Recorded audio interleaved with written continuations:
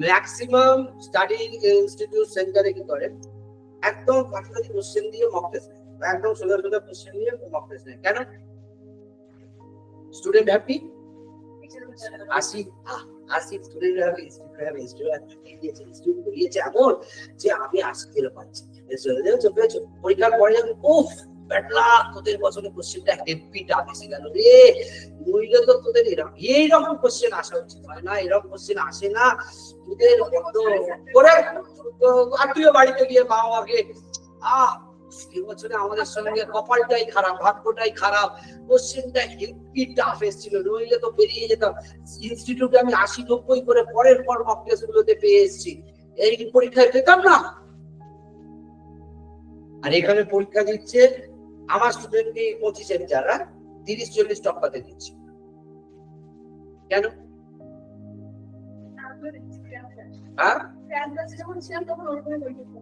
ও জানে পুরানা পাপি জানতা কি করছি, এখানে 30-40-এর উপর টপকাতে দেবো। কোশ্চেন কেন কঠিন করছি? যা পড়িয়েছি তাকে পড়িয়ে দিয়েছে, যেটা পড়িয়ে দিয়েছে হয়ে গেছে, গল্প শেষ। এটা আমি কি ধরে নিলাম, এখান থেকে তুই পড়েছিস, এখান থেকে তুই উত্তর দিবি, আমি এখান থেকে কোশ্চেন করে কি প্রমাণ করবো? এটা তো আমার হয়ে গেছে। তাহলে আমি কি করবো? আরো যা লুপহোলস আছে সেই লুপহোলসটাকে আমি করবো। তখন আমি কি করবো? হ্যাঁ না, অন্য কিছু যাবো না, তোদের টেক্সট বইটা দেখে কোশ্চেন শুরু করে দেবো। তোদের 9-10-এর যে 11-12-এর যে টেক্সট বুকস আছে সেখান থেকে কোশ্চেন কিছু তুলবো। কিছু জিনিস তো এখানে নেই, কিছু জিনিস তো এখানে নেই বাবা, হতেই হবে। তো সেই জিনিসটা তাহলে তুমি বাদ দেবে, চলো ওটা মক টেস্টে ঢেলে দেবো। তাহলে ওটা মক টেস্টে ঢেলে দেওয়া মানে কি, মক টেস্টের কোশ্চেন গুলো তোমার হয়ে গেল। তারপর আমি তো ধরে নেবো তুমি মক টেস্টের কোশ্চেন গুলো করবে, আর এটাও করছো। তাহলে আমার কি হলো, তোমাকে ডবল চান্স দিয়ে দেওয়া। কিন্তু আমি এটাই পড়ালাম, আমার এটা থেকেই সব মক টেস্ট করলাম, তাহলে তুমি খুশি আমি খুশি, কিন্তু ও খুশি না, ও খুশি না যে কোশ্চেন করবে। তাহলে তাকে খুশি করতে গেলে কি করতে হবে? এখানে সব আমি পারলাম, জানি, এটা আমি ধরে নিলাম, পারবি না সেটা আলাদা চয়েস। পারলি তারপরে হচ্ছে যে লুপহোলসটা আছে সেটা মক টেস্টে ঢেলে দিলাম। তাতে কি হলো, আবার মক টেস্টে আমার যে মক টেস্ট এখনো চলছে, তো 25-এর মক টেস্ট এখনো চলছে, প্রত্যেকদিন কোশ্চেন চালাচ্ছি। দেখ ওই কোশ্চেন গুলোতেও মোটামুটি 2000-5000 কোশ্চেন হতে চলবে। সেই 2000-5000 কোশ্চেন আর এইটা জুড়ে দেবে, তারপর বুঝতে পারছি। তাহলে আমি শত্রু নয়, আমি মক টেস্টও করবো হেভি টাইট, পড়াবো হেভি টাইট, কারণ আমার শত্রুকে তোরা, হ্যাঁ আমার শত্রু ডব্লিউবিজি, শত্রু মিন্স ওকে পরাস্ত করতে হবে। সেই একটা বাংলায় গল্প আছে, 4 সদাগর, পুরো লোহার ঘর, ছোট্ট হোল, সাপ ঢোকে মেরে দিয়ে মেরে দিল, তাই তো? তা আমরা কি সেই ছোট্ট হোলটা রাখবো? কালকে আগের দিনে ওদের ক্লাসে গিয়ে ওরা বলছে স্যার এইরকম ভাবে ফুটিয়ে ফুটিয়ে পড়াচ্ছে, ও বাবা। মানে আমি কি করছি, তোদের সিনোনিমস অ্যান্টোনিমস হচ্ছে, সিনোনিমস অ্যান্টোনিমসেও সিনোনিমস অ্যান্টোনিমস এর ওয়ার্ড ছাড়াও অপশনে 4টে করে ওয়ার্ড দেওয়া থাকে। আমরা পিআইকিউ করি, কিভাবে পিআইকিউ করি? যে আমরা কোশ্চেনটা করে নিলাম, অপশন গুলোকে ছেড়ে দিলাম, আর ওরা করতে হবে কোশ্চেন অর্ডার এসছে, খুলতো সব পুরোনো কোশ্চেন গুলো, খুললো, চলো অপশন গুলোকে এবার কোশ্চেন এটা বোঝাতে আসতে পারছিস কথাটা? ইংরেজি ওয়ার্ড আমি করে গেছি, সিনোনিমস অ্যান্টোনিমস পিআইকিউ এর ছাড়া যতগুলো কোশ্চেন আমার দিয়েছে করে গেলাম 20 বছরের কোনগুলো করেছিস তুই? যেগুলো সিনোনিম অ্যান্টোনিমস এর মেন ওয়ার্ড দিয়েছে, মাস্টার ওয়ার্ড, সেটা করেছিস। অপশনের সব ওয়ার্ড গুলো করেছিস, অপশনেও তো দুটো একটা করে বোম্বাস্টিং ওয়ার্ড দিয়ে দেয়। এবার ওরা যখন কোশ্চেন করছে তখন ওদের কাছে সোজা এটা তো কোশ্চেন হয়ে গেছে, চল ওই কোশ্চেনের অপশনে কি কি দিয়েছিলি দেখতো, এইটা, চল অপশনটাকে এবার কোশ্চেন দিয়ে দে। এই যে তোদের কোশ্চেন দেবে, এটা নয় ওটা, ওটা নয় ওটা, সেই অপশন গুলোকেই তুলে আবার কোশ্চেনে ফেলে দেবে। তোরা যখন কোশ্চেনটা রেডি করিস, পিআইকিউ যখনই করিস, তোরা কি অপশন গুলোকে রেডি করিস? আর বোঝাতে পারলাম কি অবস্থা? তাহলে আমি যখন ওদের সিনোনিম অ্যান্টোনিম করাচ্ছি তখন কি করছি, পিআইকিউ এর মানে প্রিভিয়াস ইয়ার কোশ্চেনেরই যেটা মেন ওয়ার্ড, তার সঙ্গে যে 4টে করে ওয়ার্ড অপশনে দিয়েছে সেই 4টে করে ওয়ার্ডও তুলে দিচ্ছি। তাদের কি হচ্ছে না, ভোকাবুলারি ওয়ার্ড যে পাওয়ারটা সেটা অনেক এনহ্যান্স করে যাচ্ছে। অতএব ওই ফাঁকটাও আমি রাখিনি। ওরা বলছে স্যার এরকম সেরকম তোদেরও, আমি কোনো ফাঁক রাখতে চাই না। তোরা তোদের ঘরে কতটা ফাঁক রাখবি কথা নেই, কিন্তু পরীক্ষার পরে আমার কাছে যখন কোশ্চেন নিয়ে আসবি, কানটা ধরে টেবিলে বসিয়ে এটা খুলবো আর মক টেস্ট করবো, বলে দেখাবো দেখ সব কোশ্চেন কমন। আর এরপরে তুই আমাকে দেখাতে পারবি কোশ্চেন কমন হয়নি? What over my promise, 99% question to be common. মানে তো আমি বলিনি 100টা কোশ্চেন করে 99% কমন বলেছি, বলেছি 100টা কোশ্চেন করবে 99% কমন আমি পাওয়াবই, প্রতি বছর পাবো। এবং কান ধরে এনে বসিয়ে মেটেরিয়াল খুলবো আর মক টেস্টের সিরিজটা লাগাবো। দেখ এই কোশ্চেন এখানে ছিল, এই কোশ্চেন এখানে ছিল, এই কোশ্চেন এখানে ছিল, একটা দিন শুধু সময় নেবো। কেন না, আমার এবছরের যা মক টেস্ট হবে আর এবছরের যা স্টাডি মেটেরিয়াল হবে, ওই কোশ্চেনটা পাওয়ার পর খুঁজে বার করতে হবে না কোনটা কোথায় রয়েছে, খুঁজে বার করে গোল গোল করে ঘুরিয়ে তোকে দেখে দেবো। দেখ কাল পড়ানো হয়েছিল, বললে তুই পিজি পেতিস, ক্যালকাটা মেডিকেল পেতিস, আরজিকর পেতিস, তীর কোন দিকে, এদিকে না ওদিকে? চলে যাবে সঙ্গে সঙ্গে পরীক্ষার একদিন পরে তুই ওদিকে পাঠিয়ে দেবো। এবার তুই আমাকে বলতে পারবি, কারণ আমি 99 এর গ্যারেন্টি দিয়েছি এবং সেটা আমি পাওয়াবো। সেটাকে তো আমাকেও মেলাতে হবে পরীক্ষার পরে যে দেখ ভাই 99 কোশ্চেন কমো। অন্য কোনো পদ আছে?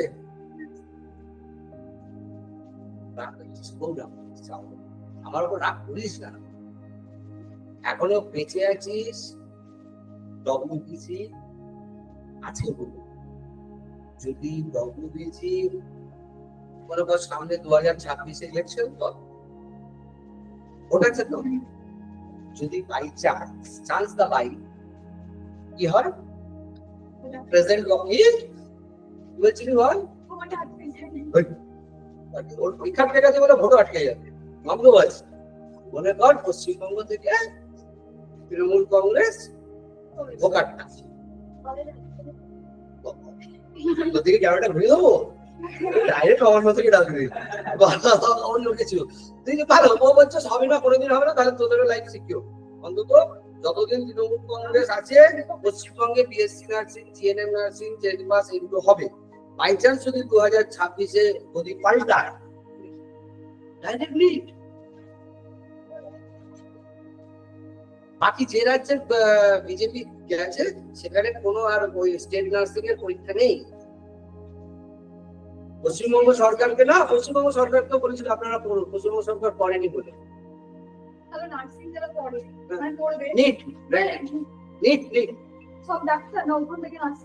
ওই 50,000 1 লাখের পরে 2,000 3,000 যেটা হবে সেটা মানে 54,000-এর র্যাঙ্ক আনতে হবে,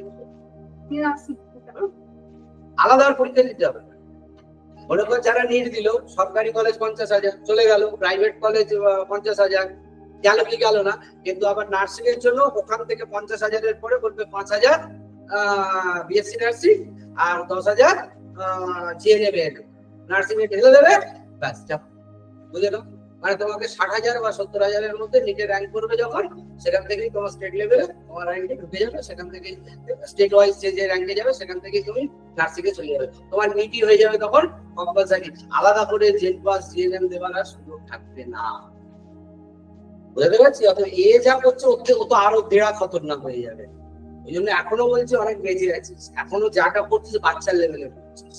এটা আমার কাছে এখন বাচ্চার লেভেল, এবার তোদের বাচ্চা লেভেল দিচ্ছি। মিডল লেভেল দিলে এর সঙ্গে আরো 3টে করে মেটেরিয়াল এক্সট্রা ঢুকবে এবং তার সঙ্গে টেক্সট ঢুকবে। যে একটা মেয়ে দুটো ছিল না, ওদের বলেছিল আলাদা ক্লাস আলাদা বই সব রেজাল্ট হতে এটাই অজন করতে পারছে না, ও বই করার জায়গায় দাঁড়িয়ে গেছে, আর দেখি পড়া দিচ্ছে না, আর দেখি কাছে আসছে। নিট করতে গেলে এর উপরে আরো 2-3টে লেয়ার চাপিয়ে দেবো, কিছু করার নেই। সারা ভারতবর্ষ লড়ছে, ছেলে গেলা কথা। হ্যাঁ করতে হবে না, তবে জেলবাসের জন্য করতে হবে না, এটা ভেবে এসছি দেখি।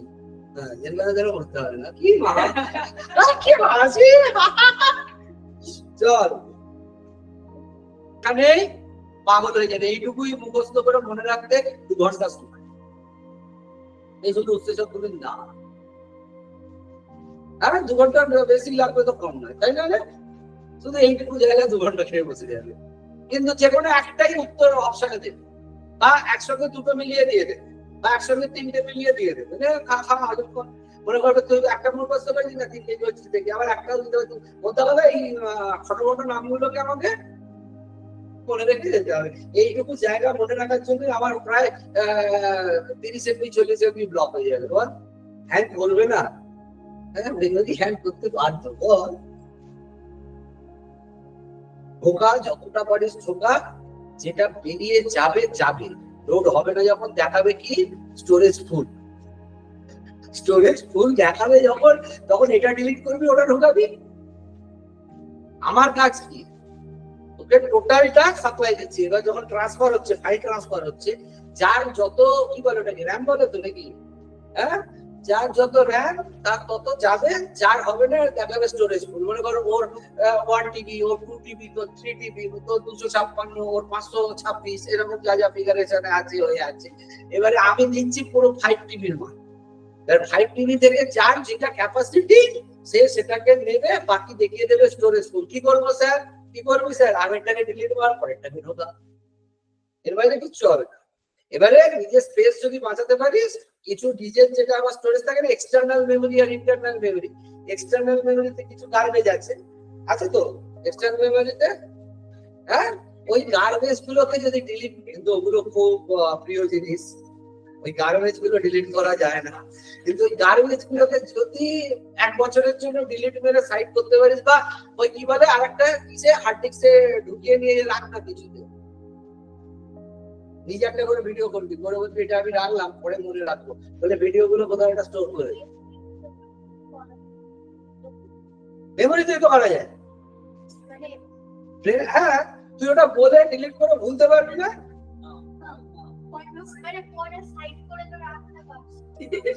মানে এক্সটার্নাল মেমোরি আর ইন্টারনাল মেমোরি আলাদা আলাদা করা যাবে, হ্যাঁ, সেপারেট হচ্ছে না, বল যে এখান থেকে কপি করে ওখানে ফরম্যাট করে দিলাম, আর ফরম্যাটিংও মারা যাচ্ছে না, হ্যাঁ,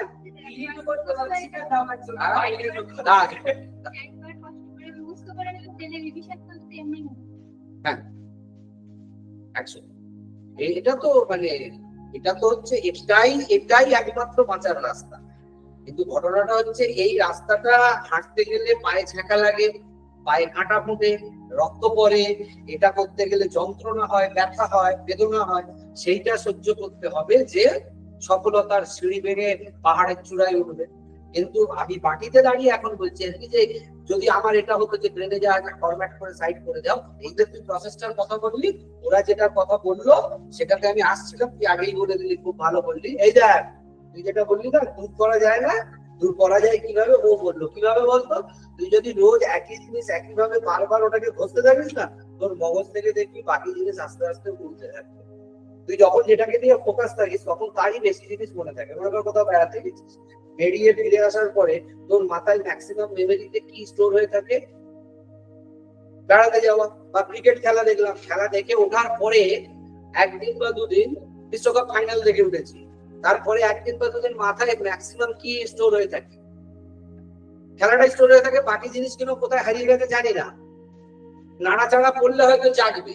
কিন্তু আমরা যদি লেয়ার আপ করি, তুই বলছিলি না সরিয়ে রাখা যায় না, সরিয়ে রাখার জন্য কি করতে হয়, ব্রেনকে চাপ দিতে হয় যে মানে পাইপ ভর্তি, এপাশ থেকে ঠেলা মারলে কি হবে, ওপাশের সামনের দিকে জিনিসগুলো ওপাশ দিয়ে বেরিয়ে যাবে।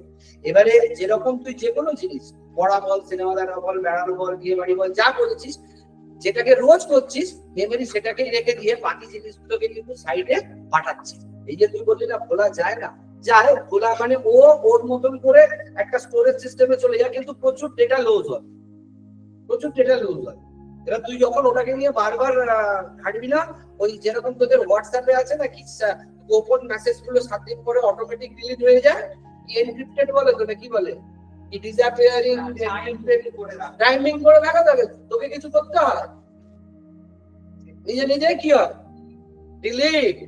এখানেও তাই বল, ও নিজে নিজে সব ডিলিট করে তোর বার করে দেবে। তুই যেটাকে কারেন্ট করতে থাকবি 1 বছর, ওই শুধু স্টেপ। তুই যদি রোজ বায়োলজি, ফিজিক্স, কেমিস্ট্রি, ইংলিশ করতে থাকবি, রোজ ওটাকেই চালাবি, বাকি তোর যত আবর্জনা আছে সব সাইডে ফেলে দেবে, সব ডিলিট করে দেবে।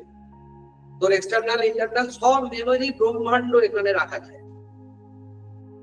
সত্যি বলছি, বিশ্বাস কর, বিশ্বাস করবি না যখন রাখি। হ্যাঁ না, আজকে আমি হঠাৎ তোদের এটা দেখতে দেখতে আমাকেও তো বিভিন্ন ব্রেন ট্রেন্ড দেখতে হয়। আমি তোদের কদিন পরে একটা ব্রেন ট্রেন্ড শিখিয়ে দেবো। ব্রেনের কিছু হ্যাকস আছে। হ্যাকস মানে তোরাও হয়তো জানিস, বিভিন্ন জায়গায় এটাও ভাইরাল হয়েছে। ডারওয়াল সিস্টেমটাকে অ্যাক্টিভেট করে পড়াশোনা করা, মানে পড়ার সময় ডান হাতের মুঠো চেপে বা হাতের মুঠো চেপে, এগুলো হচ্ছে নর্মাল হ্যাকস।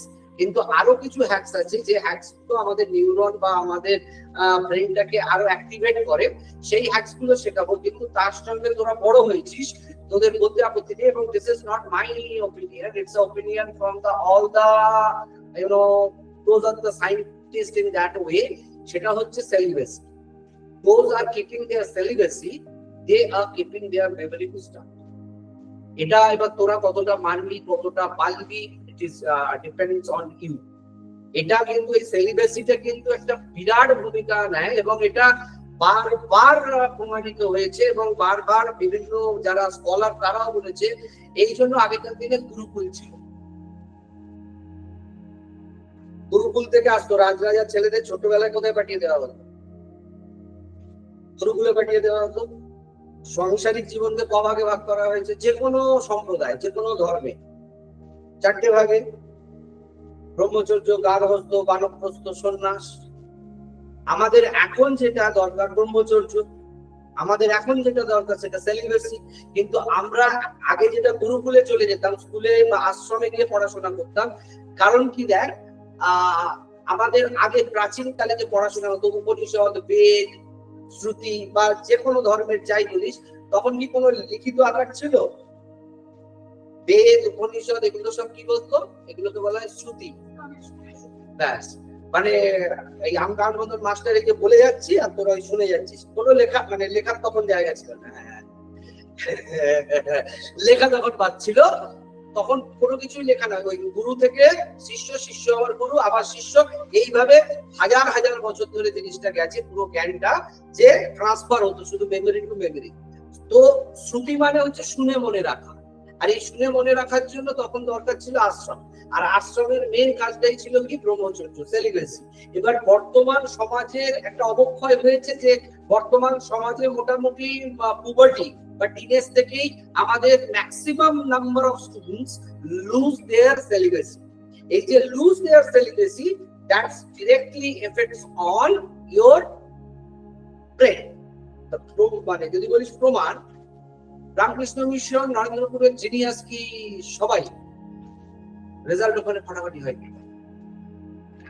যে ছেলেটা রামকৃষ্ণ নরেন্দ্রপুরে গিয়ে বা একটা অন্য কোথাও গিয়ে ভালো রেজাল্ট করছে, তাকে বাড়িতে এনে রাখছে, ভালো রেজাল্ট করতে পারবে। অতএব সেলিবেসির একটা বিরাট গুণ আছে। এবার সেইটা তোরা মেনটেন করবি, this is on depends on all up to you. কারণ তোদের পুরোটির পর থেকে তোরা তোদের সেলিবেসি নষ্ট করছিস। আগেকার দিনে গুরুকুলে ছিল বিরাট বুস্ট আপ করে, মানে ভাবনা চিন্তার বাইরে। অতএব এই ট্রিক্স গুলোকে যারা রাখবে তারাই জীবনে গিয়ে সফলতার চরম শিখরে পৌঁছবে। That is the process from the ancient, মানে প্রাচীন থেকে প্রাচীনতর যুগ থেকে আজ পর্যন্ত হ্যাজ অলরেডি বিন প্রুভেন। এর কোনো অল্টারনেটিভ নেই। তুই নিজের ওপর তোরা চেষ্টা করে 1 মাস দেখ বা 2 মাস দেখ কাজে দেয় কিনা, আমাকে এসে বলবি। আমি তাড়াতাড়ি যেতে পারলে তো আমার চেম্বারে আরো বড় এসি, গদি, চেয়ার বসে হেলা দিয়ে সুন্দর বসে যাবে। আমি তাও বলছি দাঁড়িয়ে আছি, পড়া দিবি দে, আমি পড়াবো। পড়া নিলে যাবি তোর ওষুধ। কেন বলি? 3 মাস, 2 মাস, 1 মাস, এরা মনে করে 1 মাস হয়ে গেছে, 1 মাস হয়ে গেছে, 2 মাস হয়ে গেছে। হ্যাঁ, এখানে আমি যদি একটা ব্যালেন্স শিট কাটি দেখিয়ে দিচ্ছি, আরো ভালো করে তোদের বুঝিয়ে দিচ্ছি। আমি ধীরে ধীরে দায়িত্ব ছাড়ছি তো, তোদের বুঝিয়ে ছাড়ছি। তোরা জ্বলবি, লুচির মতন ফুলবি, কিন্তু ফাটিয়ে খেতে পারবি। বুঝতে পেরেছিস? এইটা হচ্ছে আমাদের কি, এটা বল কি হয়েছিস? এইটা হচ্ছে আমাদের পড়াশোনার আয় ব্যয়। ব্যালেন্স শিট দেখেছিস? আয় ব্যয়, সংসারের খরচা হয় তো, যে আমার এত টাকা আয় হয়েছে, এত টাকা ব্যয় হয়েছে। এটা গেছে, তুই কোন মাসে এসেছিস? জুন মাসে, মে মাসে, জুন।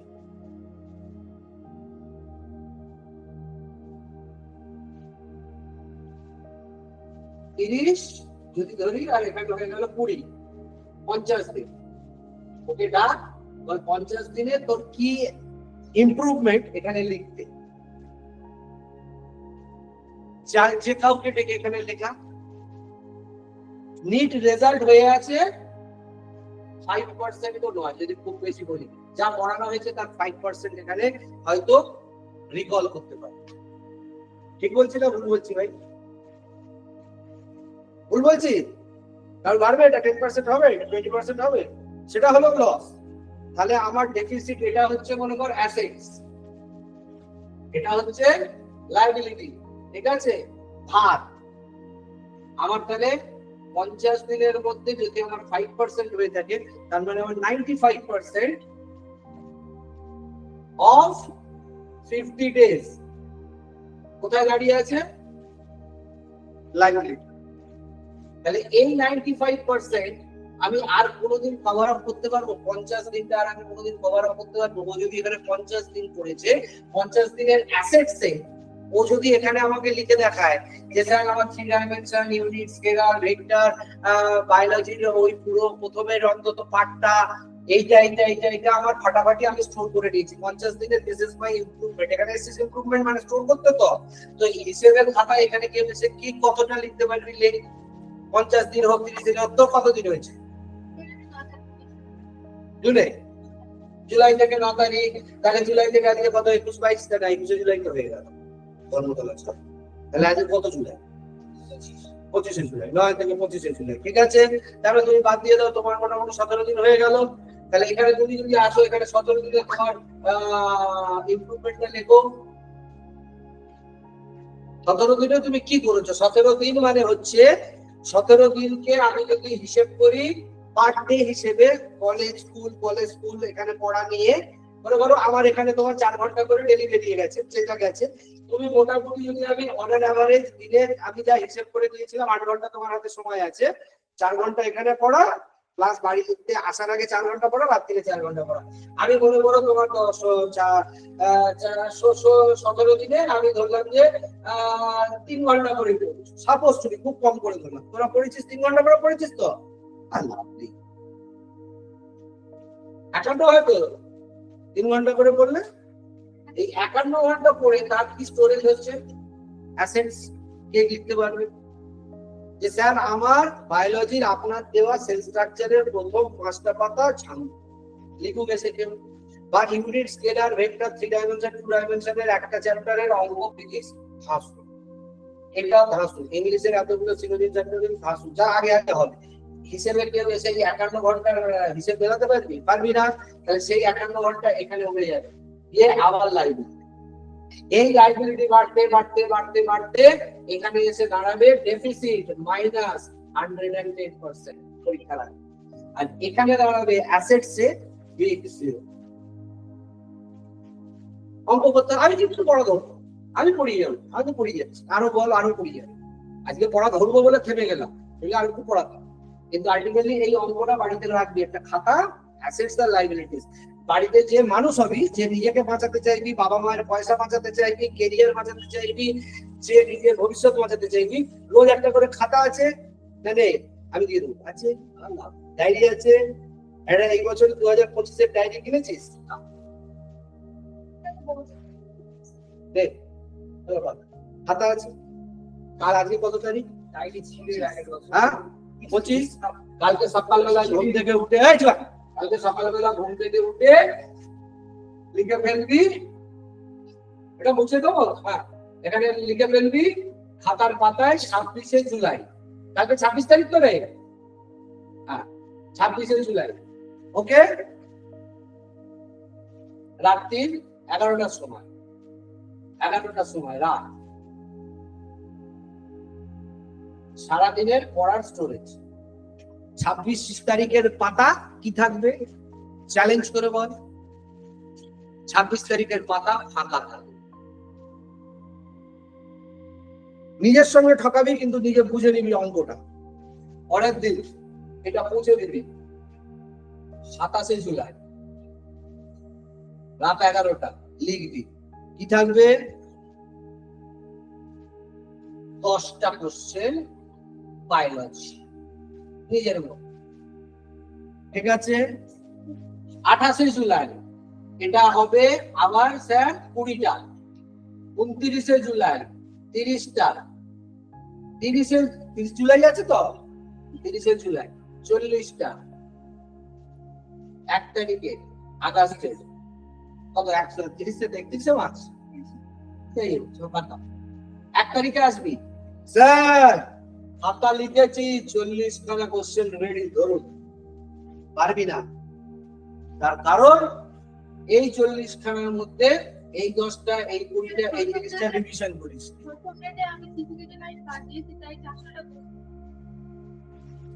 প্রথম ডেটে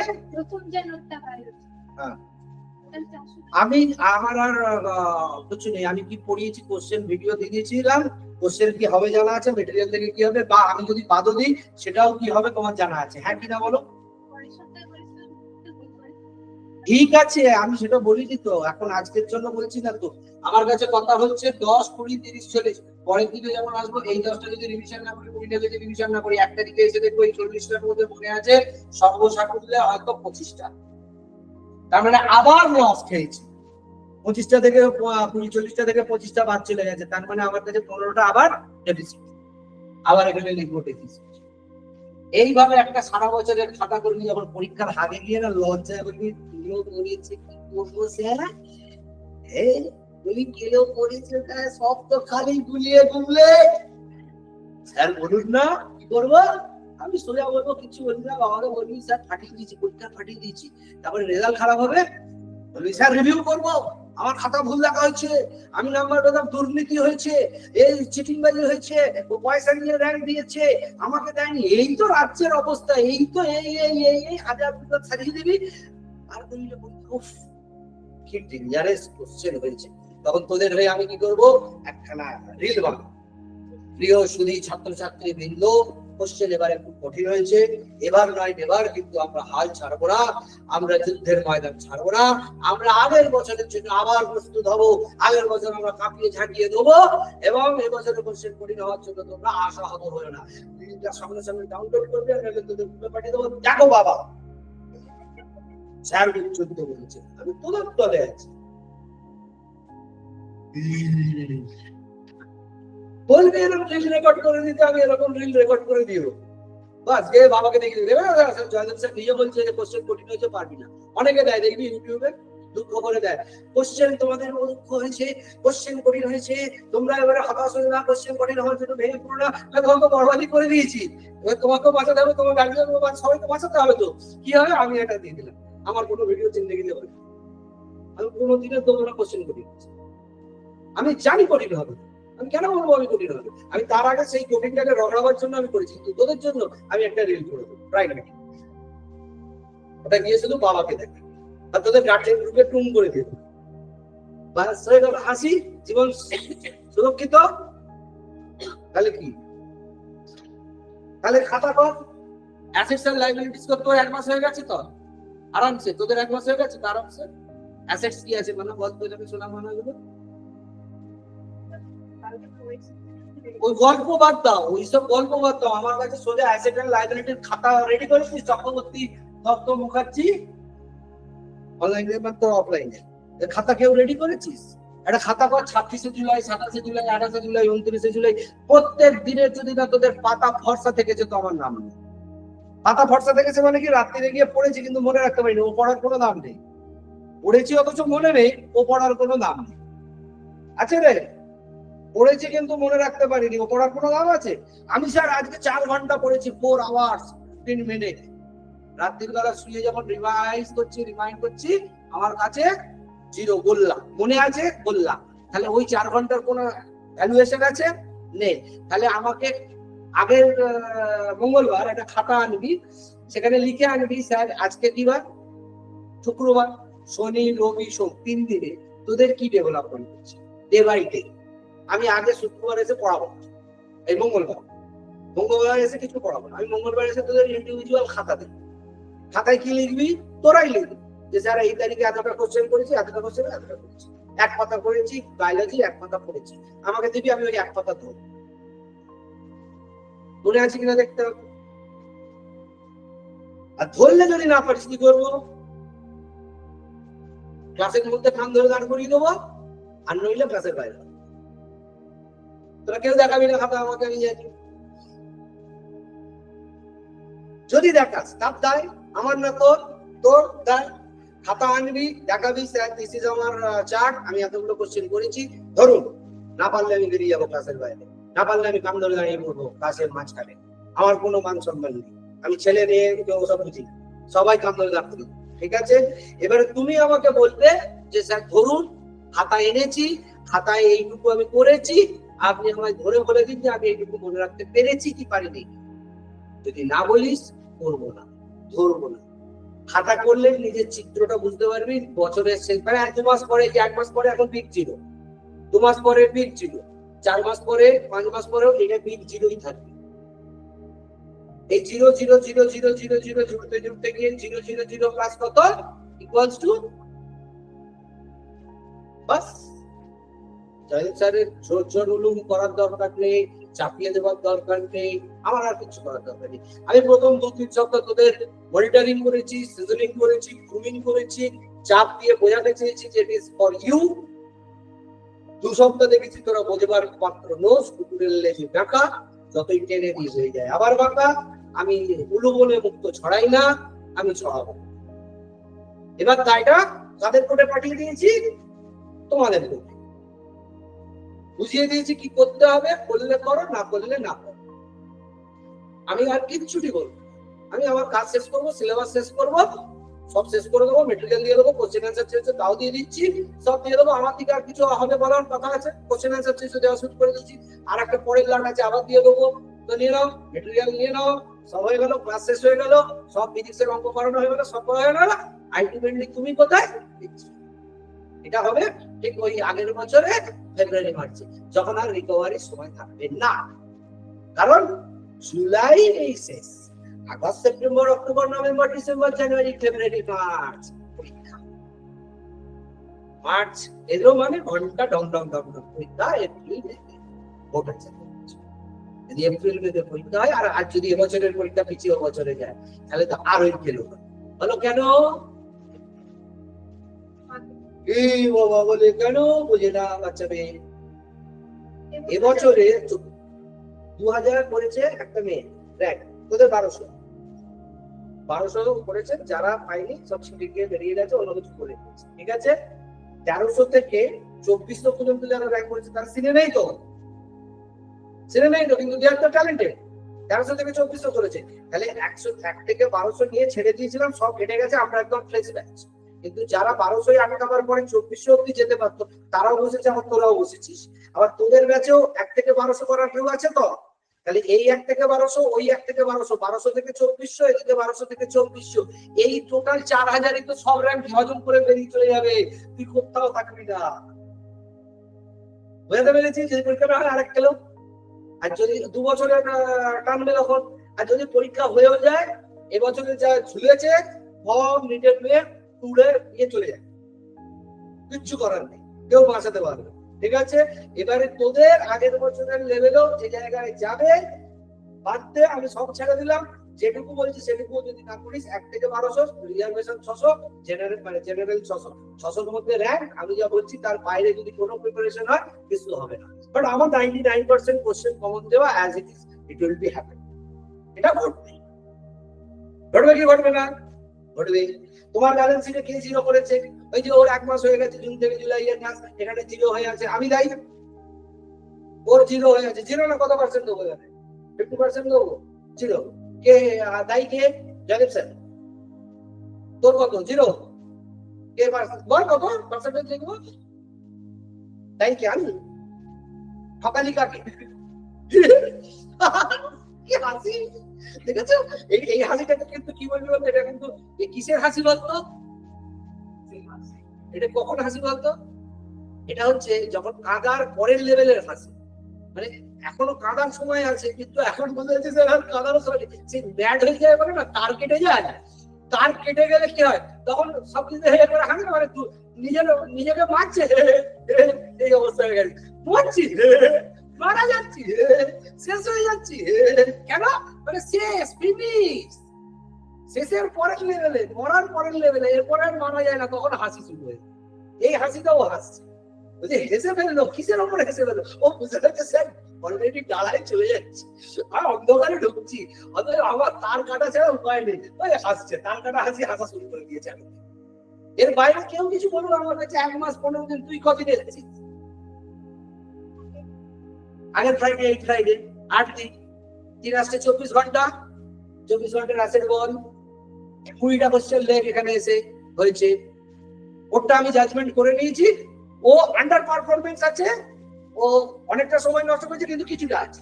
কিন্তু তোকে যদি আমি 24 ঘন্টা এসে যে স্যার এতটুকু এই দু পাতা স্যার আমি ছাঙ্কা করে দিয়েছি, আয় বল। ও তো প্রমাণ দিয়েছে, পড়া দিয়েছে, ফার্স্ট এটা থেকে তোরা দেখেছিস, ফার্স্ট পার্টটা থেকে পড়া দিয়েছে, ওটুকু আমি ছেড়ে দিলাম, ও কিছুটা কাজে লাগিয়েছে। তুই 8 দিনে কত করেছিস বল? নেই। খাতা কর, ব্যালেন্স শিট রেডি কর। আর এই যে অনলাইনে যে মহান মহান ট্যালেন্টেড গুলো রয়েছে, মুখার্জি সাহেব, দত্ত সাহেব, চক্রবর্তী সাহেব, এদেরও যদি এখানে এসে টপকে পড়বে যখন, তখন এদের খাতাও হবে ব্ল্যাঙ্ক, তোদের খাতাও ব্ল্যাঙ্ক। তাহলে 2 মাস জলে পাঠালি, কি পাঠালি বলতো?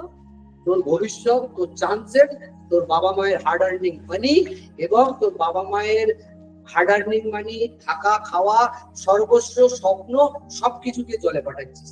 এটা কি ক্লাব ঘর? এসিতে এসে বসবো আর হইচই হলো, স্যার পড়ালো, ঘরে গিয়ে বসে পড়লাম?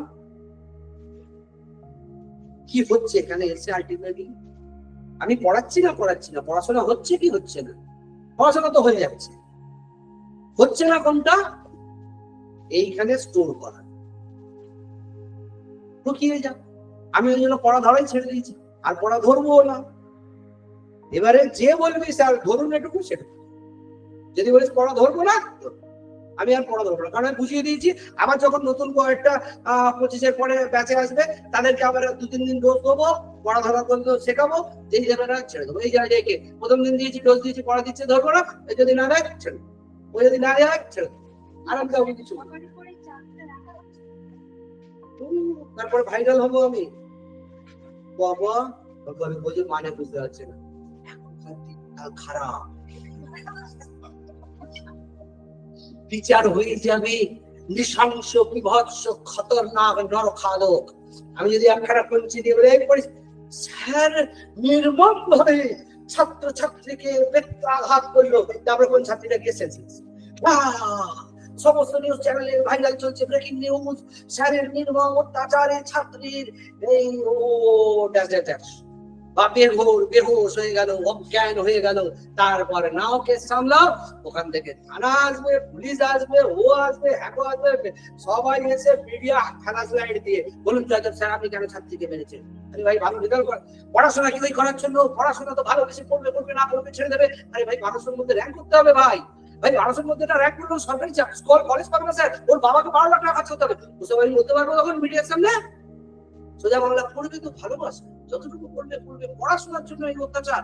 এখন শুনিস না কোটায় গিয়ে আত্মঘাতী হয়েছে, ছাত্র পড়ুয়া আত্মঘাতী, কেসকে খাচ্ছে, পড়ার চাপ দিয়েছে, তারা পারেনি, কি আত্মঘাতী হচ্ছে না। তুই এখানে এসেছিস কি করতে? খবর সব আছে, তুই কি আমাকে ওই দলে পেয়েছিস? আমি কলকাতা কালীঘাটে বসে এইরকম বছরের পর বছর চালাচ্ছি। আমার এখানে 2বার সেন্সলেস হয়ে গেছে, 2বার হসপিটালে ভর্তি হয়েছে, নার্ভাস ফেল করেছে, রামকৃষ্ণ মিশনে গেছে। হ্যাঁ বলো বাবা, সবাইকে না, ব্যাপার হচ্ছে কোনো স্যার যদি এসে বাড়ির রাত, বাড়ির ঝামেলা, বাইরের ঝামেলা অকারণে ছেড়ে দেয়, সেটা অবভিয়াসলি জানা যায় না। কিন্তু যদি কোনো ছাত্র চায়, স্যার চায় যে স্টুডেন্টকে মানুষ করতে গেলে এর বাইরে ওষুধ দেয়, কোনো ওষুধেই কাজ হচ্ছে না, সেক্ষেত্রে বাবা মাকে সমর্থন করতে হয়। অবশ্য হ্যাঁ, এমন লিমিট রাখবে যে লিমিটটা এরকম অবস্থা হয় না। কিন্তু এখন তো তোমরা তো কম ডেঞ্জারাস নয়, মারলাম এরকম, ও স্যার এই অজ্ঞান সেন্সলেস হই তো স্যার কি বললে, মেরে দিলে, এরকম হয়ে গেল, অজ্ঞান হয়ে গেল, তুলে নিয়ে হসপিটালে নিয়ে যা। কি হয়েছে রে? এখানে হয়েছে, কি হয়েছে বলি? পড়া ধরবো, আসবো। তখন তো আমি আরো ফেরোস, আরো 10 বছর আগে পড়া না দিলে তখন এত বিক্রি হয়নি। বাইরে খামের লেয়ার হয়ে বাবা বন্ধ করতে লেলাও করে রেখেছে ঘন্টার পর। কি হতো, পুরো খাম বইতো। এখন হয়েছে কি, পড়া ধরতে এসেছি, তাতে কোনো মেয়ে সেই কি বলে পিন মির্গি সব হয়ে গেছে। আমি বাইরে কোন আসছি, স্যার কি রে পড়া, স্যার আসবো পড়া ধরবে, তার ভয়ে একজন গেছে রামকৃষ্ণ মিশনে, এই অডিট স্যার দিয়ে গেছে। একজন আবার হয়েছে, তাকে নিয়ে পার্থ স্যার গেছে রামকৃষ্ণ মিশনে, নিজে দুজন অলরেডি ওই রকম করছে, তাদের মুখে জল দিচ্ছে স্যার, সেরকম হয়ে আছে। ওরে ওরে আমি পড়া ধরবো না রে, হ্যাঁ হ্যাঁ দেবে যা সুস্থ হচ্ছে, পড়া ধরবো না, তোকে পড়া দিতে হবে না আমার। আচ্ছা স্যার কষ্ট হচ্ছে, স্যার কষ্ট হচ্ছে। তারপরে বাবাকে ফোন করলাম, আসো নিয়ে যান। হ্যাঁ ওখানে একটু আছে, নিয়ে যান, পড়া ধরবো। টেনশনে পড়ে গেছি, পড়া করবো না, টেনশনে পড়ে ক্যালকুলেশন হয়ে বাই চান্স যদি কিছু হতো আমি ভাইরাল টিচার হয়ে যেতাম। আর তোমার যারা আলামি সব খবর রেখেছে, আরো কত খবর রেখেছি আমিও রেখেছি, ও যা কেন যাবো। শুরু আগে এসব হতো, তখন বাবা বলে যেত আমার এখানে ছেলে মেয়েদের মেয়ে বুঝিয়ে গামড়া পেটা করে পায়ে দাগ মেরে দেবে, শুধু মাথা বাদ দিয়ে পিঠ থেকে পা পর্যন্ত টেনে পেটাবে, মাথা মেরে দিলে কিছু হয়ে যায়, কিন্তু পিঠ থেকে পা পর্যন্ত তার কিছু ড্যামেজ হবে না, টেনে পেটাবেন। বাবাও বলে যেত আর আমিও টেনে পেটাতাম, আর টেনে র্যাঙ্ক দিয়েছি, আর টেনে টেনে রেজাল্ট পাবো। রেজাল্ট আমি টেনে বার করবো, তুই কি রেজাল্ট দেখবি?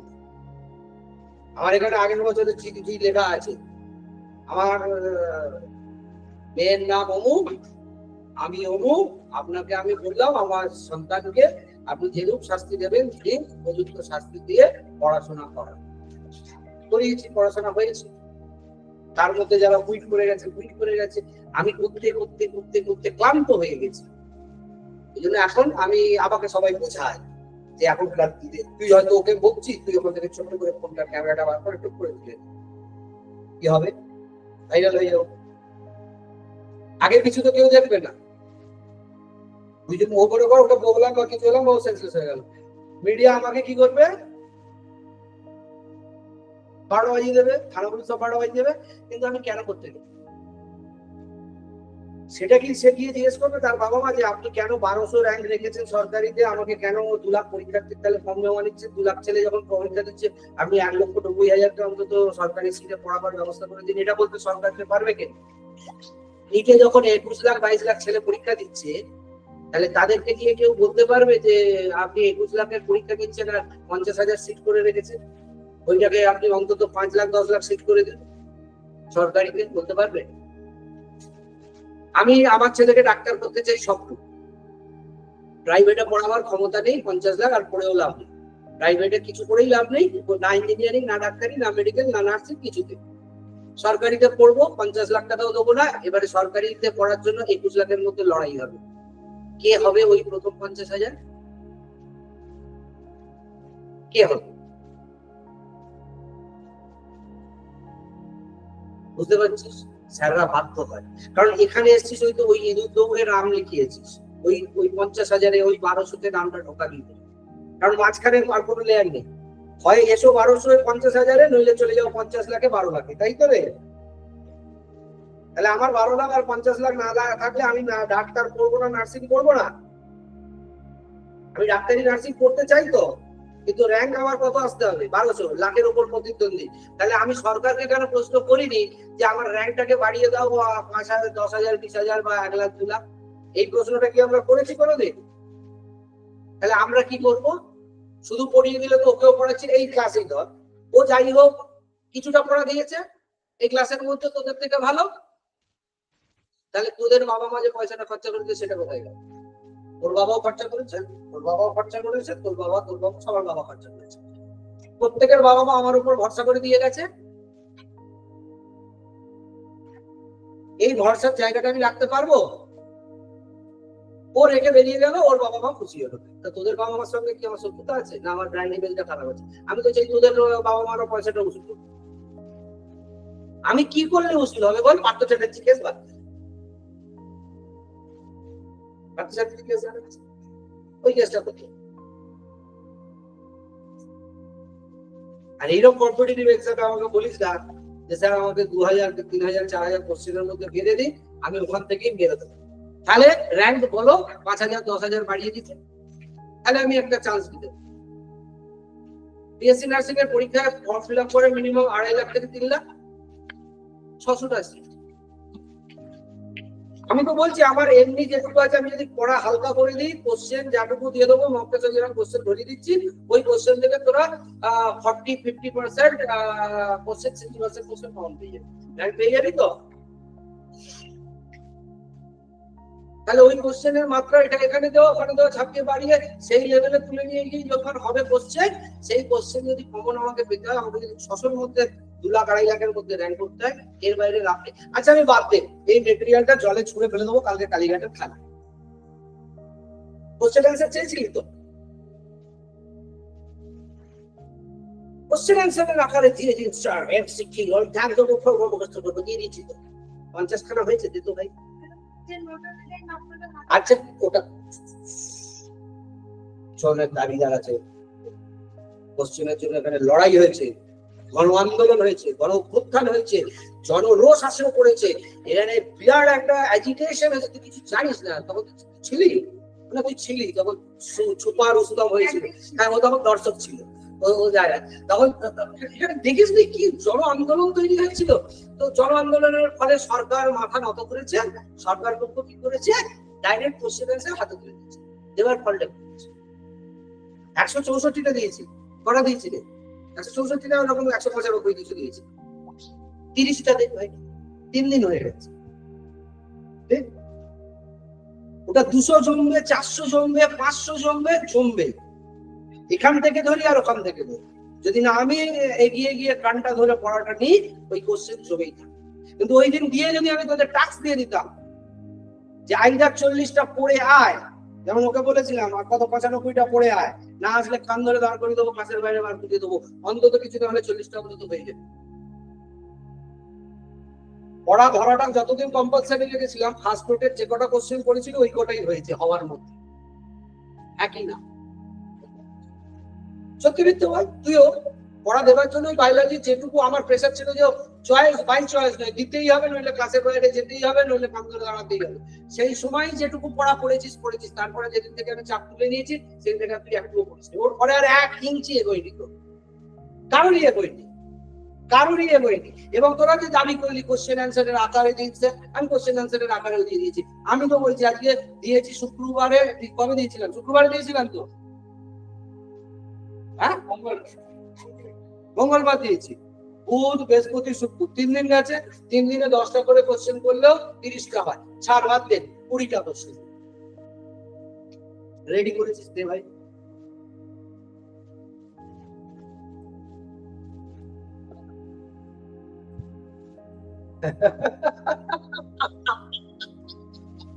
আন্দোলন, জন আন্দোলন, গণরোষ, গণ অভ্যুত্থান, সেদিন আমি ডটকে ছিলাম, আমি বলেছিলাম দেবো। তারপরে আমি ভাবলাম একবার দিয়ে দেখি মজাটা, দিয়ে দিয়েছি, দিয়ে কিছু টার্গেট ফিক্স করে দিয়েছি। আমি এটা আগের সপ্তাহে জিজ্ঞেস করতাম যে 1 সপ্তাহ তো কমপ্লিট করলাম, দিয়ে 100টা প্রশ্নের উত্তর হবে, হয়নি। আজকে 2 দিনে যখন 20টা হয়নি, আর বাকি 5 দিনে 70টা হবে। তাহলে ওটাও চলে, মেটেরিয়ালটাও চলে, ওটাও চলে। একটু রাবণের মতন হচ্ছে ব্যাপারটা, রাবণের মতন হচ্ছে, হাসে না?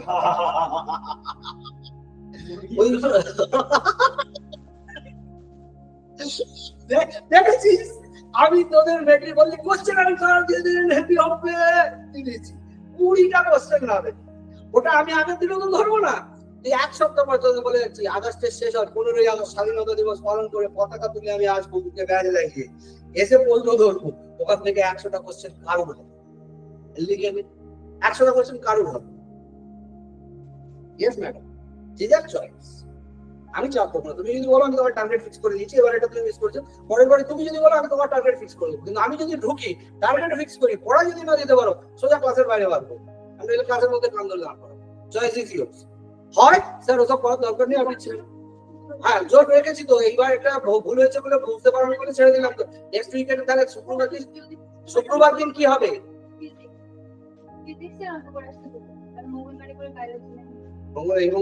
আজকে মানে সামনে মঙ্গলবারে কি ধরবো সেটা জিজ্ঞেস করছি। তাই কতটা তোকে টাস্ক দিয়েছি? আমি প্রথম থেকে আজকে পর্যন্ত যা করেছি পুরোটা পড়িয়েছি, আর ক্লাস দিয়েছিলাম কোশ্চেন অ্যান্সার দিয়েছিস, যখন কোশ্চেন অ্যান্সারের 75টা কোশ্চেন করে আছে, ঠিক আছে। দিলাম, না পারলে বার করো, যদি পড়া দিবি দিবি, না দিবি না, গল্প শেষ।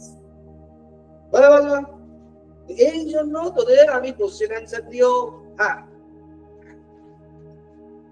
কোশ্চেন অ্যান্সার দিও ফেল মেরে গেছি, কালকে সিনারি চ্যাপ্টার গুলো থেকে লিখে দেবে। হ্যাঁ কোশ্চেন অ্যান্সার দিও ফেল মেরে গেছি, আর কি হলো টেক্সচুয়াল দিও ফেল মেরে গেছি।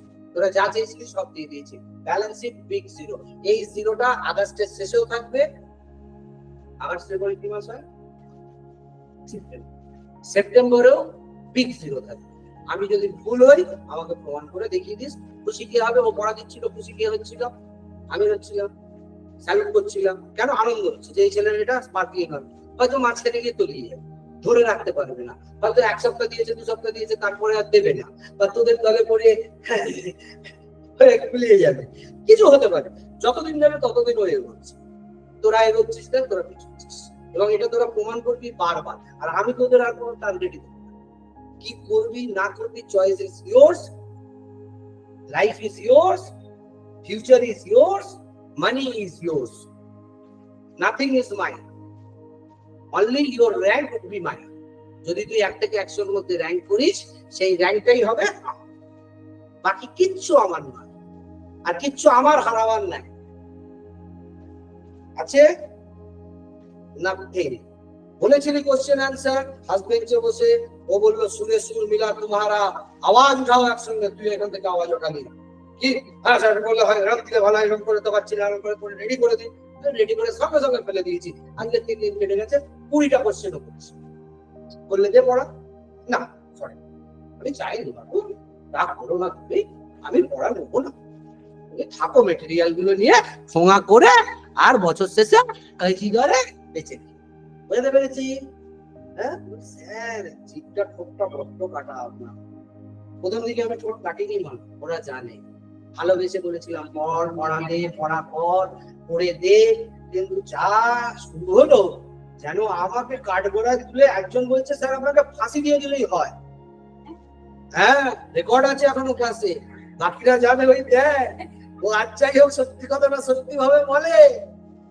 আমার ক্লাসে মৃত্যু কামনা হয়ে গেছে, ক্লাসে আমাকে ফাঁসি দিয়ে দিতে চেয়েছে, বুঝতে পারছিস?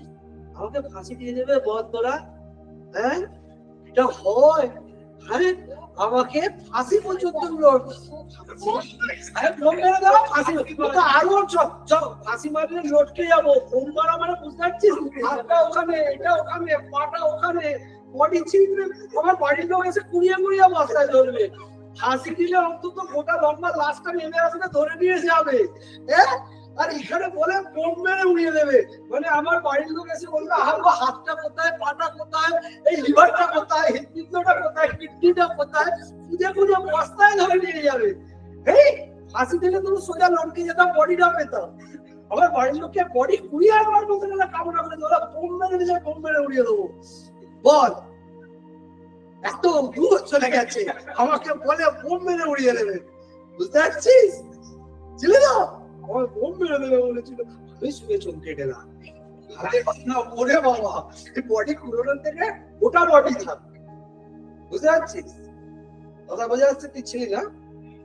আর ওই পাটটা দিয়ে আমারও বদনাম, তোদেরও বদনাম আছে আমার কাছে, রাখ ওই পাটটা, ওই পাটটা দিয়ে কাউকে স্টুডেন্টের বদনাম, আমারও বদনাম। স্টুডেন্ট বলছে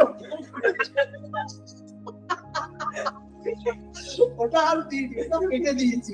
আমার যে এডিটর তাকে বলি ভাই ওখান থেকে চালা করেছে, আমার ডাইরেক্ট বোম মারবে বলছে স্টুডেন্ট। হ্যাঁ তাহলে আর এই টিচার্স ডে পালন করতে পারবো না, আমি টিচার্স ডে পালন করতে হবে, হোক না হোক পালন তো করতে হবে। তো সেই জন্য বলেছি, তো এই হচ্ছে অবস্থা। ওই হেসে হেসে চুক্তি জন্মার করে গেছে। টাটা বাই বাই, চলো।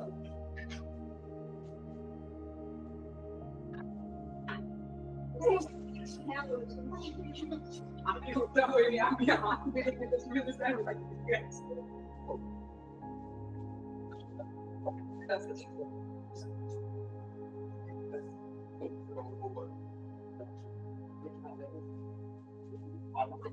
সাইটোপ্লাজমের মধ্যে পর্দাবিহীন বা পর্দাবৃত জীবিত কোষাংশকে সাইটোপ্লাজমীয় অঙ্গাণু বা কোষাঙ্গাণু বলে। এবারে কোষাঙ্গাণু ক রকমের হয়? বল দুই রকম। তুই আগে তিনে মেটেরিয়াল পাসনি নিয়ে কোশ্চেন অ্যান্সার হ্যাঁ কোশ্চেন আনসার লিখতে গেছি। পর্দাবিহীন অঙ্গাণু এবং পর্দাযুক্ত অঙ্গাণু, ঠিক আছে? স্যার বলছিলাম এই কাকে বলে যেগুলো আছে এগুলো কিন্তু কোশ্চেন আসতে পারে, কেমন ভাবে কোশ্চেন আসবে? যেখানে আসবে সেটাকে আমি বলে দিই। কোষাঙ্গাণুর প্রকারভেদ কয় প্রকারে? পর্দাবিহীন অঙ্গাণু এবং পর্দাযুক্ত অঙ্গাণু। আচ্ছা, পর্দাযুক্ত অঙ্গাণুর আবার কটা ভাগ? দুটো ভাগ, একক পর্দাযুক্ত এবং দ্বি একক পর্দা। পর্দাবিহীন অঙ্গাণু কি কি? তাহলে এখানে প্রশ্ন, পর্দাবিহীন অঙ্গাণু যে কোনো একটি বা দুটি, বা রাইবোজোম সেন্ট্রোজোম কি পর্দাবিহীন অঙ্গাণু না পর্দাযুক্ত অঙ্গাণু? হ্যাঁ, পর্দাবিহীন। পর্দাযুক্ত অঙ্গাণু কি কে? গলগি বডি, লাইসোজোম, এন্ডোপ্লাজমীয় জারক। আবার কোশ্চেন ওখান থেকে আসতে পারে একক পর্দাযুক্ত কোষাঙ্গাণু কোনটা? একক পর্দাযুক্ত আসতে পারে, একক পর্দাযুক্ত আসতে পারে, কারণ আমরা একটু আগে কি করলাম যে পর্দাযুক্ত অঙ্গাণু আবার কভাগে বিভক্ত, দুভাগে বিভক্ত। সেটা হচ্ছে একক পর্দাযুক্ত, দ্বি একক পর্দাযুক্ত। তাহলে পর্দাবিহীন অঙ্গাণু কোনগুলো হলো? রাইবোজোম, সেন্ট্রোজোম হয়ে গেল, ওটা পর্দাবিহীন অঙ্গাণু। এবারে যদি আমাদের পর্দাযুক্ত অঙ্গাণু করতে হয় তাহলে পর্দাযুক্ত অঙ্গাণু আবার দুভাবে বিভক্ত, একক পর্দাযুক্ত এবং দ্বি একক পর্দাযুক্ত। তাহলে একক পর্দাযুক্ত কোষাঙ্গাণু কোনটা? পর্দাযুক্ত হয়তো জিজ্ঞেসই করলো না, পর্দাযুক্ত জিজ্ঞেসই করলো না, কি জিজ্ঞেস করলো? ডাইরেক্ট একক পর্দাযুক্ত। তাহলে একক পর্দাযুক্ত কি কি? একক পর্দাযুক্ত জিজ্ঞেস করতে পারে, আবার পর্দাযুক্ত জিজ্ঞেস করতে পারে, ঠিক আছে? গলগি বডি, লাইসোজোম, এন্ডোপ্লাজমীয় জারক। আবার দ্বি একক পর্দাযুক্ত অঙ্গাণু বা কোষাঙ্গাণু লিখতে পারে, বা পর্দাযুক্ত কোষাঙ্গাণু বলে যদি শুধু দেয় যে পর্দাযুক্ত কোষাঙ্গাণু কি মাইটোকন্ড্রিয়া, লাইসোজোম, গলগি বডি, উত্তর হবে হ্যাঁ, কারণ সেখানে দ্বি একক বা একক পর্দাযুক্তের কোনো ক্লাসিফিকেশন দিচ্ছে না। যখন ক্লাসিফিকেশন দেবে একক বা দ্বি একক, তখন ক্লাসিফিকেশনটা আসবে। বোঝাতে পারছি? বুঝতে পেরেছিস? ক্লিয়ার? তাহলে এই সবটাই করতে হবে, নিউক্লিয়াস, মাইটোকন্ড্রিয়া এবং প্রাক্তন।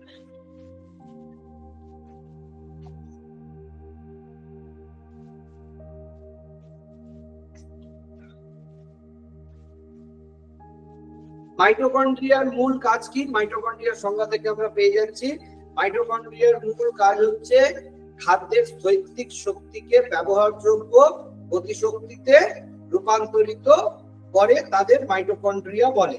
মাইটোকন্ড্রিয়ার কাজ হলো তাহলে কি না, যে আরএনএ গুলোকে, আরো আছে দেখো, মানে এটা হচ্ছে যে প্রথমে আমরা এইভাবে কোশ্চেনটা দিতে পারে যে খাদ্যের স্থৈতিক শক্তিকে ব্যবহারযোগ্য গতিশক্তিতে রূপান্তরিত করে কে?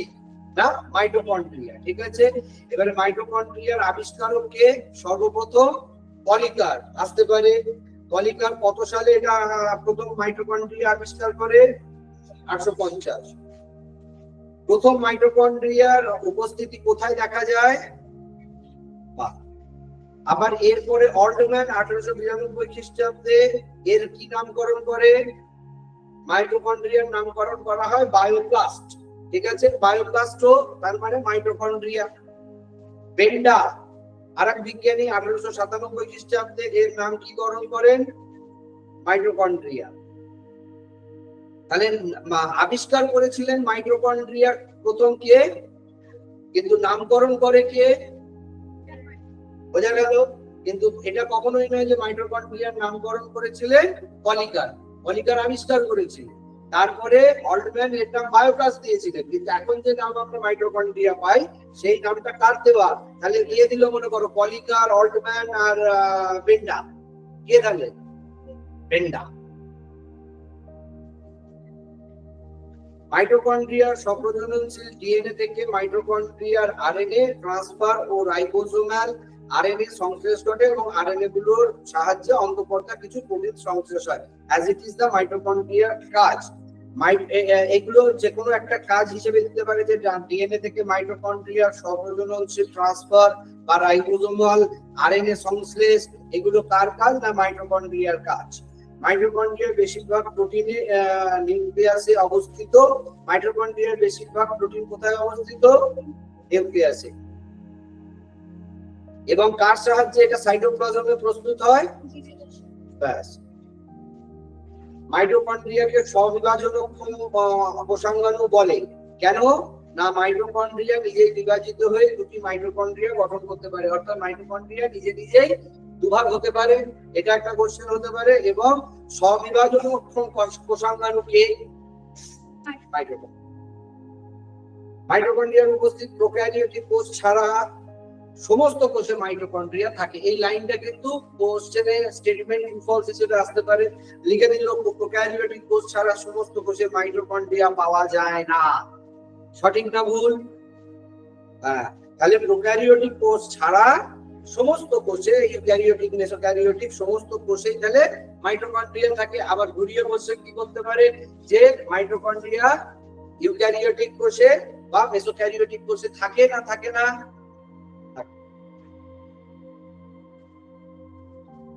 পরিণত লোহিত কণিকায় মাইটোকন্ড্রিয়া পাওয়া যায় না পাওয়া যায় না?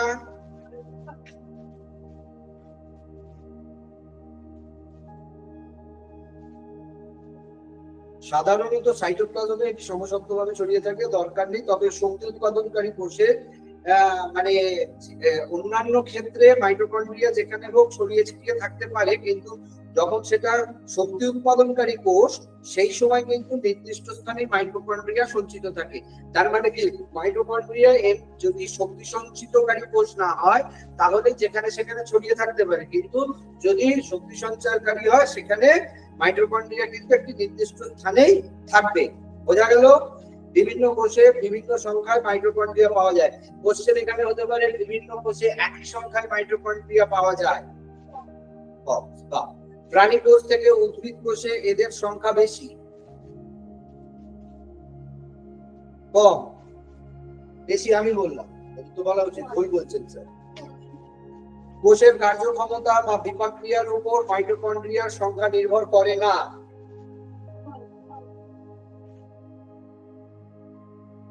মাইটোকন্ড্রিয়ার কার্যক্ষমতা কোষ থেকে কোষে এবং প্রজাতি থেকে প্রজাতির একই রকমের হয়।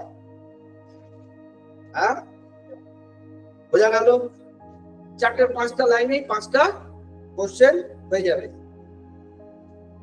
এককোষী শৈবাল মাইক্রোস্টেরেসিস এর কোষে একটি, শুক্রাণুর কোষে 20টি, স্তন্যপায়ী প্রাণীদের যকৃৎ কোষে 1000টি, অ্যামিবার কোষে 5 লাখটি এবং শিকারচিনের শুক্রাণুতে 140 থেকে 150 এবং উন্নত উদ্ভিদ কোষে 100 থেকে 3000টি মাইটোকন্ড্রিয়া পাওয়া যায়। এটা কি দেবে? মাইটোকন্ড্রিয়ার সংখ্যা দিকে স্তম্ভ মেলা। বুঝতে পারলাম? মাইটোকন্ড্রিয়ার আকার দিয়ে দিতে পারে যে কোনো মুহূর্তে। আকৃতিটা গোলাকার, ডিম্বাকার, দণ্ডাকার, সূত্রাকার করে রাখা ভালো। এবারে হচ্ছে মাইটোকন্ড্রিয়ার ইলেকট্রন আনুবক্ষণিক গঠন কিরকম, আবরণী কিরকম। মাইটোকন্ড্রিয়ায় কটি পর্দা থাকে, কটা প্রকোষ্ঠ থাকে, বাইরের পর্দাটা কত ন্যানোমিটার হয়, ভেতরেরটা অন্তর্পর্দাটা, এইগুলো জাস্ট মনে রাখতে হবে। অন্তর্পর্দাটি মসৃণ হয় এবং ভিতরের দিকে সৃষ্টি করে ক্রিস্টি বলে। ক্রিস্টিটা আগেও আমরা বারবার পড়ে এসেছি, ওই জন্য আর আমি রিপিট করছি না। ক্রিস্টি পড়ে এসেছি তো আগেও অনেকবার, আঙুলের মতন যে ক্রিস্টি হয়, 5 আঙুলের মতন, হ্যাঁ আগে অনেকবার পড়েছি। আবারও এটা করতেও পারো, নাও করতে পারো। এবার যেটা এখান থেকে মেন আসবে সেটা হচ্ছে পেরিমাইটোকন্ড্রিয়াল স্পেস কাকে বলে? কাকে বলে? বহিঃপর্দার আর অন্তঃপর্দার মাঝখানে স্থানকে। ঠিক আছে? তার মানে কোশ্চেন এই পেরিমাইটোকন্ড্রিয়াল স্পেস বলে 4টে অপশন দেবে, অপশনের মধ্যে একটা থাকবে যেটা হচ্ছে বহিঃপর্দা এবং অন্তঃপর্দার মধ্যবর্তী স্থান। বুঝতে পারলাম? অন্তঃপর্দা মাইটোকন্ড্রিয়া দুটি প্রকোষ্ঠে বিভক্ত করে আগেই পড়লাম। যেমন হচ্ছে বহিঃপ্রকোষ্ঠ, এই দিয়ে ঘেরা থাকে, অন্তঃপ্রকোষ্ঠ ঘেরা থাকে, খাদ্য থাকে। অন্তঃপর্দার ভেতরের দিকে ম্যাট্রিক্সের মধ্যে প্রোটিন দিয়ে গঠিত টেনিস র‍্যাকেটের মতন ভিতরে দানাযুক্ত কোষী রাখা যায়। এইরকম এলিমেন্টারি দানা বা অক্সিজোম কাকে বলে? মাইটোকন্ড্রিয়ার অন্তঃপর্দার ভেতরে যে র‍্যাকেটের মতন, টেনিস র‍্যাকেটের মতন দানার উপস্থিতি লক্ষ্য করা যায় তাকে অক্সিজোম বলে। তাহলে কোশ্চেন আসতে পারে মাইটোকন্ড্রিয়ার ভেতর ম্যাট্রিক্সের মতো টেনিস র্যাকেটের মতো দেখতে বৃত্তযুক্ত যে অসংখ্য দানা পাওয়া যায় তাদেরকে কি বলে? অক্সিজোম, রাইবোজোম, লাইসোজোম, পাইসোজোম। বোঝা গেল? সব জোন দিয়ে দেবে যে কোন জোন ধরবি, ধর জোন ধরে দিবি। বুঝতে পারলাম? দিতে পারে টেনিস র্যাকেটের মতন কোন জোন বা ম্যাট্রিক্সের মতন কোন জোন। ঠিক আছে? অক্সিজোম। আচ্ছা, শুধু আমরা যদি এলিমেন্টারি দানাও আসতে পারে কোশ্চেনে, অক্সিজোমও আসতে পারে। শুধু কি তাই? আর এক ফার্নান্ডেজও জিজ্ঞেস করতে পারে, বা মোরন অর্ধ এককও জিজ্ঞেস করতে পারে, বা F1 পার্টিকেলও জিজ্ঞেস করতে পারে। যে আমি যেটা বললাম যে অক্সিজোম দিয়ে বলবে, সেটা অক্সিজোম না দিয়ে বলবে F1, F1, F2, F3, F4। কোনটা? বোঝাতে পারলাম? কোশ্চেনই কোশ্চেন।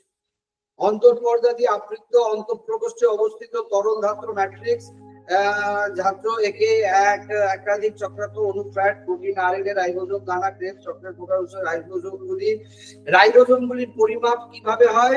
55S পরিমাপের হয়, এবং এর দুটি অর্ধ একক হলো 35S এবং 25S পরিমাপে। তাহলে রাইবোজোমের পরিমাপ 55S, 65S, 75S, 85S। কোনটা? বা রাইবোজোমের অর্ধ এককগুলি কি কি পরিমাপের হয়? মনে করে দিল 35S, 25S, 35S, 25S এবং 55S। কোনটা হবে? হ্যাঁ, 35 এবং 25 একসঙ্গে দুটো, যখন অর্ধ একক বলে দিল। হ্যাঁ, আমি বলছি মনে কর অর্ধ এককের যদি দুটোই অপশন দেয়, অর্ধ এককের পরিমাপ বলে মনে কর দিল 25, 55, মানে ভুলিয়ে দিল, কিন্তু আসল উত্তরটা হচ্ছে 35 আর 25। ঠিক আছে? দুটো করে দিলে জোড়াটা হবে 25 আর 35। আমরা উপরে অলরেডি বৃষ্টি পড়ে এসেছি, টেনিস র্যাকেট পড়ে এসেছি। দেখ এখানে আবার ওটাকে বক্স করে দিয়েছে, যেটা F1। ঠিক আছে? F1 টাকে দিয়েছি। আচ্ছা, এবার F1 বস্তুগুলি কত দূরত্বে থাকে এটা আসতে পারে, দাগ দিয়ে নাও। বস্তু উৎসেচকের এটিপি সংশ্লেষে। আচ্ছা, F1 কি কাজে লাগে? উৎসেচকের কাজ করে, এটিপি সংশ্লেষ করে। ঠিক আছে? F1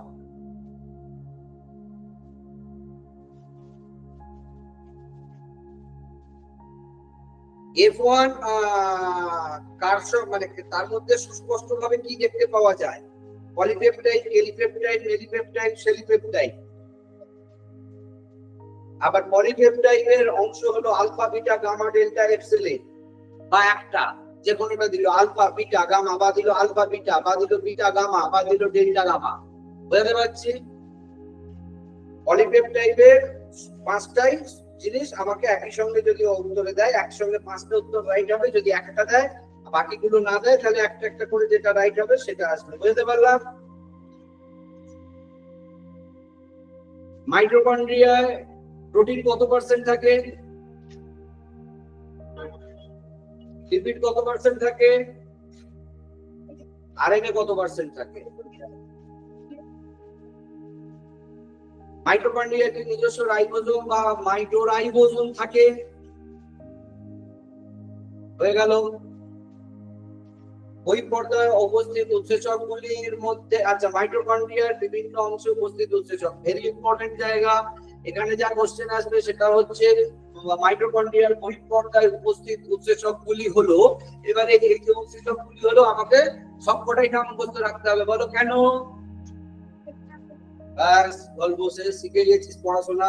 এইভাবে যদি লেখাপড়াটা ছোটবেলা থেকে সব শিখে যেতিস, আজকে একদম এই হাসি না আমাকে হাসিয়ে দিস না। বল। বহিঃপ্রকোষ্ঠের উৎসেচকগুলি বলার আর কিছু দরকার নেই, যে কোনো একটা আসবে। তাহলে বহিঃপর্দায় উপস্থিত উৎসেচকগুলি আলাদা, আবার বহিঃপ্রকোষ্ঠের গুলো আলাদা। তাহলে কোশ্চেনে দেখতে হবে বহিঃপর্দা দিচ্ছে না বহিঃপ্রকোষ্ঠ দিচ্ছে।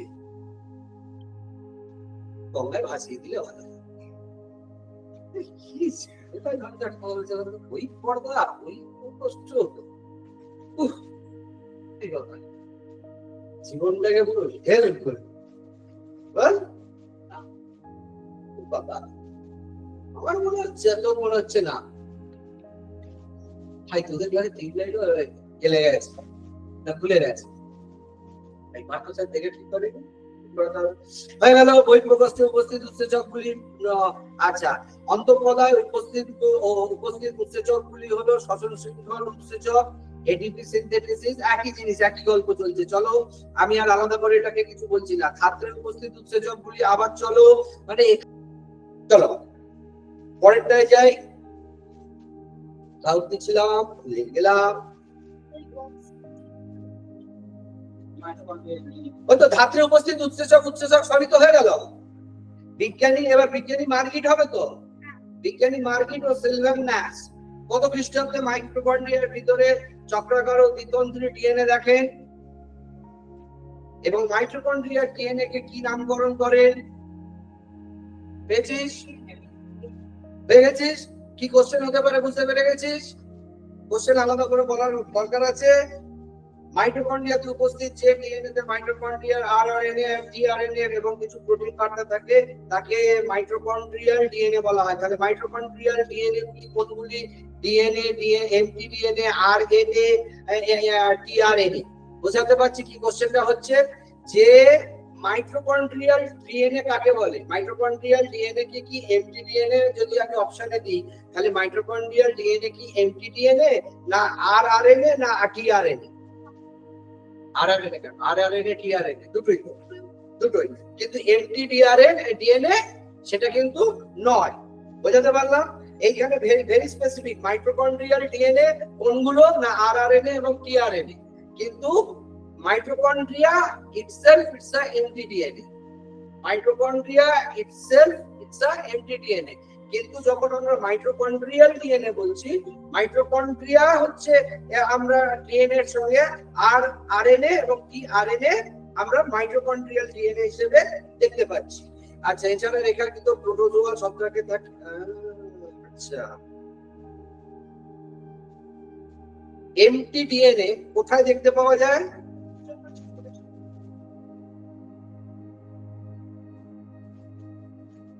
মানুষের এমটিডিএনএ তে কত জোড়া নাইট্রোজেন ক্ষারমূলক থাকে?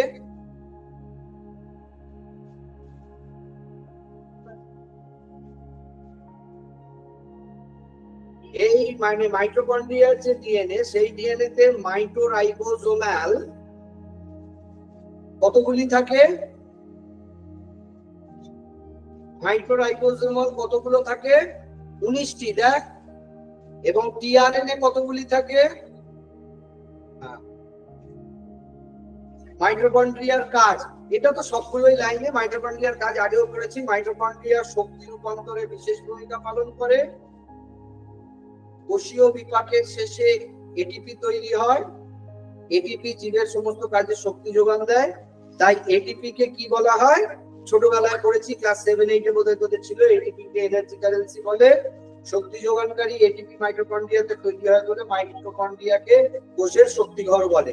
এটা জিএনএম লেভেলে আসতে পারে যে কোষের শক্তিঘর কাকে বলে। তোদের যদি আসে তো বিরাট ভালো। ওটা জিএনএম লেভেলে কোশ্চেন আমরা পড়াই জিএনএম স্টুডেন্টদের, যে মাইটোকন্ড্রিয়ার কোষের শক্তিঘর কাকে বলে? কাকে বলে? আর এনার্জি কারেন্সি কাকে বলে? হ্যাঁ, ফ্যাটি অ্যাসিডের বিটা জাগরণ কোথায় হয়? অ্যামাইনো অ্যাসিডের জারণ কোথায় হয়?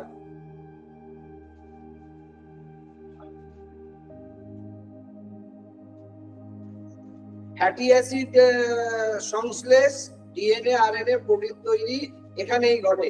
তাহলে মাইটোকন্ড্রিয়ায় ডিএনএ আরএনএ ও প্রোটিন যেমন তৈরি হয়, সেখানে আমাদের কোশ্চেন হতে পারে যে মাইটোকন্ড্রিয়ার উপচিতি প্রক্রিয়ায় কারা কারা অংশগ্রহণ করে? না শুধু আরএনএ, শুধু ডিএনএ, নাকি আরএনএ ডিএনএ ফ্যাটি অ্যাসিড, নাকি ফ্যাটি অ্যাসিড আরএনএ ডিএনএ এবং প্রোটিন? সবকটাই হয়ে গেল। গলগি বডিতে যাই। এগোই। হ্যাঁ, সব তো একটার মতোই হচ্ছে। গলগি বডির সংজ্ঞা: সজীব ইউক্যারিওটিক কোষে কোথায় তাদের গলগি বডি পাওয়া যায়? প্রথম কোশ্চেনই হবে সজীব ইউক্যারিওটিক কোষ। ওখানে দিয়ে দেবে সজীব ইউক্যারিওটিক কোষ, দ্বিতীয় ইউক্যারিওটিক কোষ, প্রোক্যারিওটিক কোষ, অমুক কোষ, তমুক কোষ, হ্যানো কোষ, ত্যানো কোষ।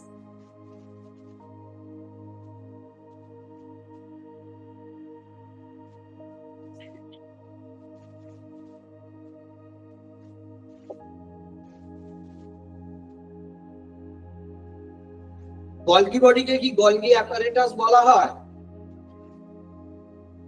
কারণ ওই অনেকগুলো ক্ষরণে যুক্ত থাকে, বা গলগি কমপ্লেক্স। নামগুলো শুধু মনে রাখবি। আচ্ছা, এবারে যেটা হচ্ছে 1898 খ্রিস্টাব্দে ক্যামিলো গলগি স্নায়ুকোষের সাইটোপ্লাজমে নিউক্লিয়াসের মতো জারকের একটি গঠন দেখতে পাওয়া যায়। তাহলে এই যে গলগি বডির আবিষ্কার কে করেছিল? তার নাম অনুসারে এর নামকরণ হয়। তাহলে গলগি বডির নাম কার অনুসারে করা হয় আসতে পারে, কত সালে আসতে পারে? আমি না ওই পরীক্ষার আগের রাত্রিরে বা তার আগে পরীক্ষার কোশ্চেন মোটামুটি ছাপা হয় তোর 2 সপ্তাহ 15 দিন আগে, ঠিক আছে? কোশ্চেনটা ছাপা হয়ে যাওয়ার পরে আমাকে বলবি, ওকে নিয়ে আমি যাবো ধর্মতলায়। গিয়ে ধর্মতলায় টিয়া পাখি আছে দেখেছিস? থাকবো বলে দেয়, খাঁচা থেকে বার করে। হ্যাঁ, ওখানে আমি লিখে দেবো শাল আসবে, শাল আসবে। টিয়া পাখি যদি বার করে যে শাল আসবে, তাহলে শাল করবি। আর যদি টিয়া পাখি বার করে শাল আসবে না, শাল আসবে। ঠিক বললাম কি ভুল বললাম? এর বাইরে আমার হাতে কোনো রাস্তা নেই। তোর ওই উত্তরটা আমি একমাত্র 15 দিন পরে দিতে পারবো টিয়া পাখিকে। আমি কি বলছি বারবার, তোর যতটা ক্যাপাসিটি, তুই কি চাইছিস? ডিলিট ভাবতে? আমি কিটা বলছি, তুই কি ডিলিট মারতে চাইছিস? তারা এক এক করে ডিলিট মারতে চাইছিস? ডিলিট মারলে তো আপনি আর্ধেক ডিলিট মেরে বেরিয়ে যাবে। তোর যদি ওটা ডিলিট মারার হয় মেরে দিবি। তোর ওটা কি বলবো আমরা, কি বলি কি বলে ওটাকে? রিস্ক নেওয়া। এই রিল গুলো দেখেছিস তো তোদের ইনস্টাগ্রামে? রিস্ক না নিলে জীবনে বড় হওয়া যায় না, জীবনে সফল হওয়া যায় না, তাই না? ওটা অন্য ক্ষেত্রে বলা আছে, ব্যবসা বাণিজ্যের ক্ষেত্রে বলা আছে। তোরা ওটাকে কনভার্ট করে নিবি, দিয়ে তোদের জীবনে অ্যাপ্লাই করে দিবি যে রিস্ক না নিলে বড় হওয়া যায় না। তাহলে কি রিস্ক নেবো? ম্যাক্সিমাম জিনিসটা না করা। বললাম আমরা ম্যাক্সিমাম জিনিস না করে রিস্কটা, মোটিভেশন। রিস্ক নিতে হবে সাকসেস পাওয়ার জন্য। ঠিক বলেছি না ভুল বলেছি? ঠিক বলেছি। রিস্ক নিয়ে নিবি, অর্ধেক জিনিস মনে রাখবো না। রিস্ক নিচ্ছি, বড় হতে গেলে রিস্ক নিতে হয়, অ্যাচিভমেন্ট করতে গেলে রিস্ক নিতে হয়। আমি অর্ধেক জিনিস মনে রাখবো না, that is the risk I am taking, তো আই উইল বি সাকসেসফুল। ব্যবসায় রিস্ক নিলে পথে বসতে হতে পারে, তাহলে তুই রিস্ক নিবি না? কি বল? আমার উপর রাগ করবি? আমার উপর রাগ করবি না। যা রাগ করবি কার উপর করবি? হ্যাঁ না, সব এক একটা ধুরন্ধর সব জানে। ঠিক বলেছে। যে কোশ্চেন করবে, আমাকে যদি বলতিস যে স্যার আমাকে কোশ্চেন করতে, আমি তো বুঝতেই পারছিস ইজি কোশ্চেন করবো, কিন্তু আমি তো কোশ্চেনটা না, আমি ইজি কোশ্চেন করবো। আরে তোদের তো আমি ইজি কোশ্চেন করবো না। তোরা আমার স্টুডেন্ট পাস করাতে হবে, ইজি কোশ্চেন করে পাস করে না না ব্যাপারটা তো এই গল্প জুড়ে দিকে আর হয় না। চল, কোথায় গেলাম? প্রসঙ্গের নামকরণ গলগি বডি। গলগি বডিতে লিপিড আছে কে বলে? বেকার বিজ্ঞানী বলে। লেখা আছে দেখ, বেকার বিজ্ঞানী। একে লাইটোকন্ড্রিয়া নাম কে দেন? বেকার বিজ্ঞানী। ঠিক আছে। উদ্ভিদ কোষের গলগি বডিকে ভিক্টিওজোম বলে ডাকা হয়। কোন কোন বিজ্ঞানীর নাম আর দিনই আলাদা করে। তাহলে গলগি বডিকে ভিক্টিওজোম বলা হয়, ক্যানিজোম বলা হয়, অল্টিজোম বলা হয়, প্যান্টিজোম বলা হয়। কি বলা হয়? ভিক্টিওজোম। পাওয়া গেছে? গলগি বডির অবস্থান সমস্ত ইউক্যারিওটিক কোষের সাইটোপ্লাজমে। অনলাইনে এতগুলো উঠে বসে আছি। এই তোরা কি অনলাইনে নিয়ে রে? হ্যাঁ স্যার। পড়ালেবার ভাই সব নিয়ে অনলাইনে বেসিস? হ্যাঁ স্যার আজকে যাইনি, কালকে আসতে দেরি হয়ে গেছিল বাড়িতে। ও আচ্ছা রে, সরি, আমি জানতাম না তো তাই।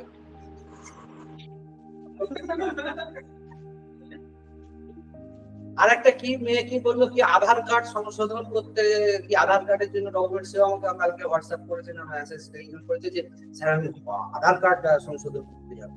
এইটাই বোঝায়, এইটা দিয়ে ওই বলে ওই মেয়েটা আর একটা কি জানে বলেছে। যাই হোক,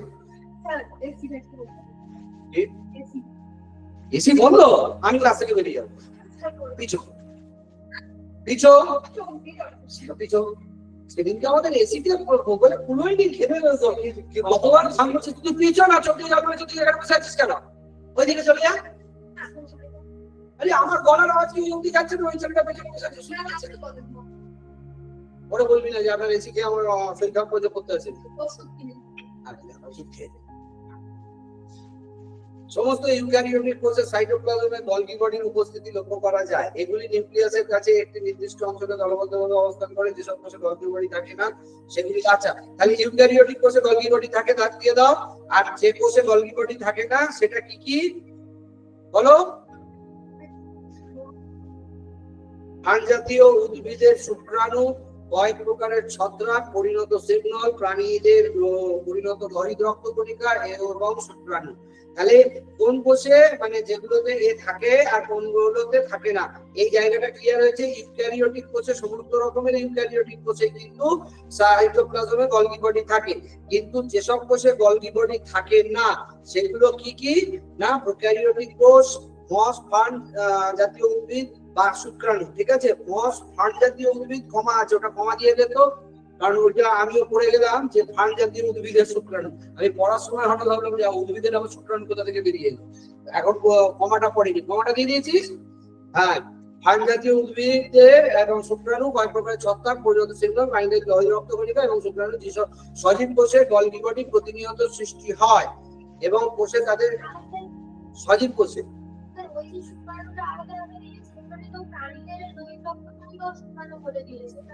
হ্যাঁ ওটা দিয়েছে ওখানে কম ওই জন্য তো বললাম আমার ওখানে টাইপিং মিস্টেক এই শুক্রাণু ওই শুক্রাণু কভার করেছে উদ্ভিদের শুক্রাণু কোথা থেকে পাবি তুই পাগল ছাগল করে দেবে আমাকে বায়োলজি ক্লাসে যদি এই সব মানে পাস ভাগো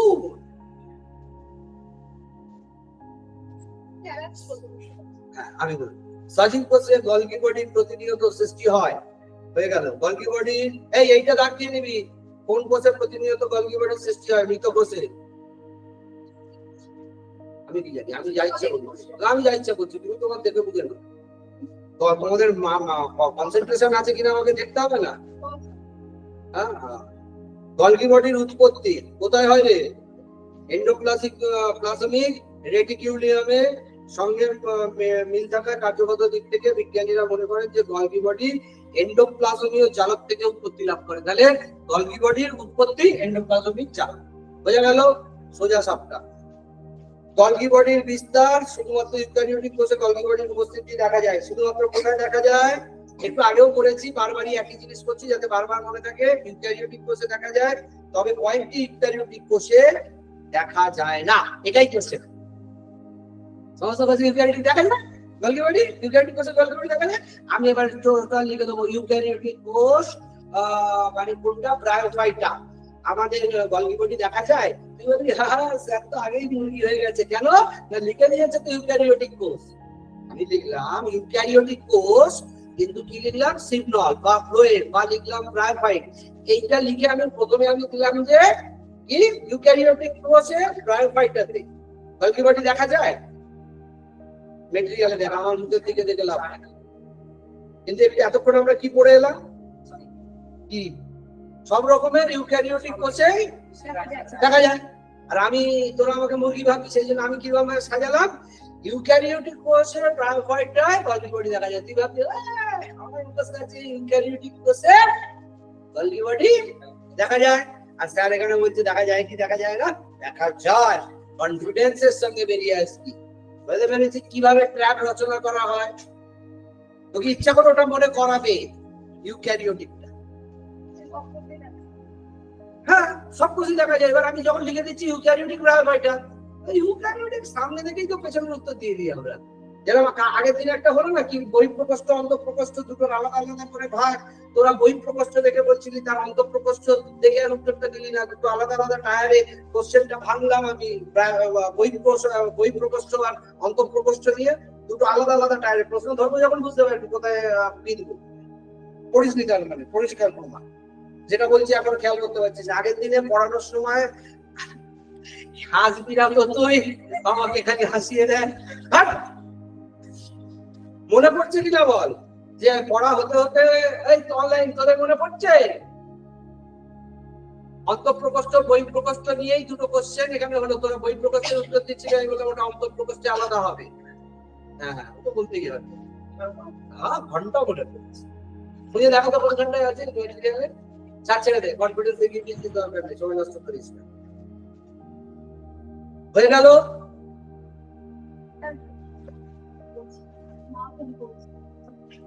ধরে কোন ক্লাসে আছি।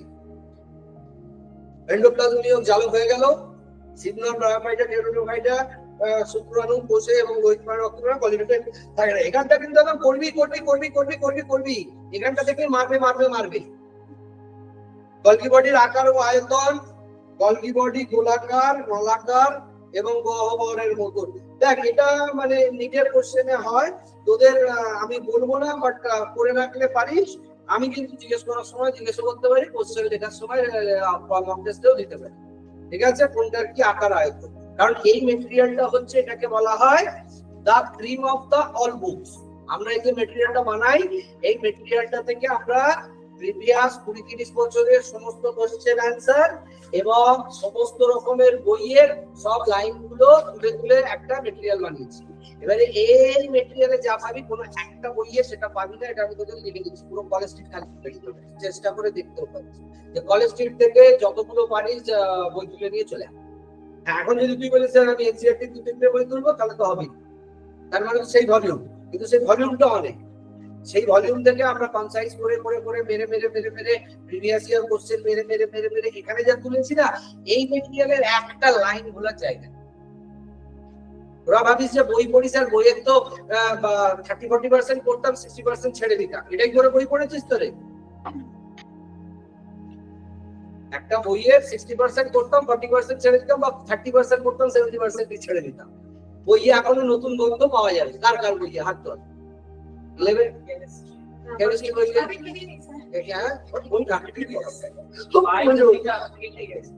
কোনটা বায়োলজিটা কেটে গেছিল। আচ্ছা, বাকি বইগুলো এখনো নতুন বই বন্ধ পাওয়া যায়। তার মানে আমরা বইয়ের কত কথা 30-20% 10% পড়েছি, বাকি পড়তে হয়নি। আর এখানে বাবা লাইন বাই লাইন পড়তে হবে, প্রতিটা লাইনে কোশ্চেন। বুঝতে পারলাম? তোর বইও নতুন আছে, তোর বই হেঁটেছে, ও বই হেঁটেছে, আগে কিভাবে পড়া হয়? এই আগের মেটেরিয়ালটা এর মধ্যে আনুবাদ হচ্ছে, তাই না? বুঝতে পারছি। পুরো বইটা পড়েছিলি লাইন বাই লাইন? আবার আপছে লাইন বাই লাইন পড়েছিলাম, পড়েছিলি তো? ব্যাস, চ্যালেঞ্জ পেয়ে গেছে। পিজিতে চান্স পালা, ক্যালকাটা মেডিকেলে চান্স পালা, যে বলবে পড়েছি চান্স পালা, আমি গ্যারেন্টি করে দেবো। আমার কোনো দায় নেই, আমি গ্যারেন্টি। যে পড়বি সে চান্স। এবার পড়েছি মানে মনে রেখেছি, এটা হচ্ছে পড়ার সার্থকতা। হয়ে গেল গলগি বডির পরাণু গঠন। গলগি বডি দেখতে নালিকা বা গহ্বরের মতন। আচ্ছা, গলগি বডি কি দিয়ে গঠিত? গলগি বডি কি দিয়ে গঠিত? সিস্টার্নি ও মাইক্রোভেসিকলস এবং ভ্যাকুয়াল নিয়ে গঠিত। হয়ে গেল। তিনটেই দেবে, দুটো দেবে, একটা দেবে, উত্তর করতে হবে তিনটে। ওই মেটেরিয়ালটা কবে সরে দেয়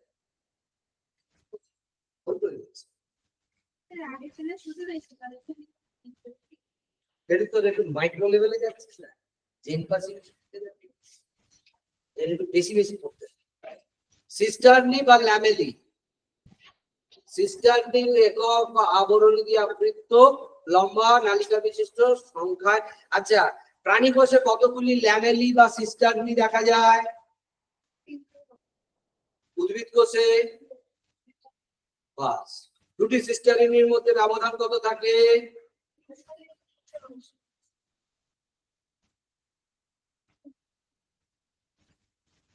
এর উত্তর দিকটিকে কি বলে?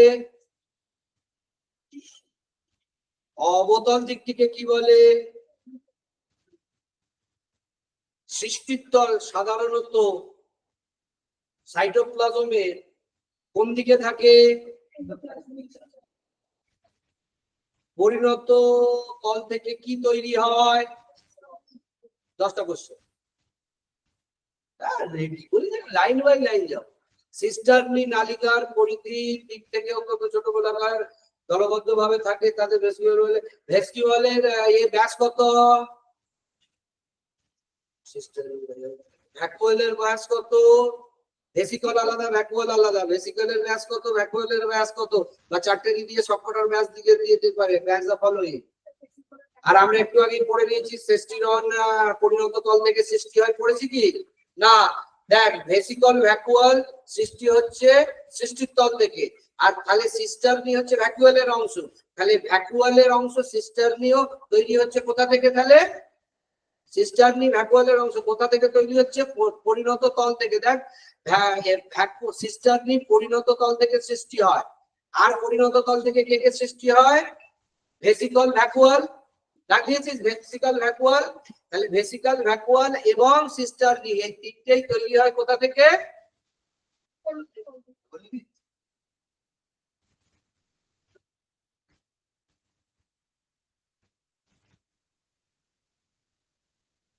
ফেনেস্ট্রেশন কাকে বলে? হ্যাঁ, সিস্টারনির পরিণত তল থেকে কে সৃষ্টি হয়? ভ্যাকুয়াল। তাহলে আমি উল্টো দিক থেকে ঘুরে আসতে পারি। সিস্টারনি তৈরি হয় কোথা থেকে? পরিণত তল থেকে। সিস্টারনির পরিণত তল দেখে এন্ডে পিছন থেকে কোশ্চেনও করতে পারি, সামনে থেকেও কোশ্চেন করতে পারি। গলগি বডির সৃষ্টির তল এবং পরিণত তলের দিকে অবস্থিত সিস্টারনি গুলোকে ফেনেস্ট্রেশন বলে। ওই ছিদ্রযুক্ত থাকে বলে ওটা আর কোশ্চেন হবে না, কিন্তু হবে যেটা গলগি বডির সৃষ্টির তল এবং পরিণত তলের দিকে অবস্থিত সিস্টারনি গুলোকেই আবার ফেনেস্ট্রেশন বলে। গলগি বডির কাজ, প্রত্যেকটা কাজ ইম্পর্টেন্ট। যে কোনো একটা কাজ দিয়ে বলবে এটি কি গলগি বডির কাজ না কাজ নয়। বুঝতে পারলাম কি কি কাজ?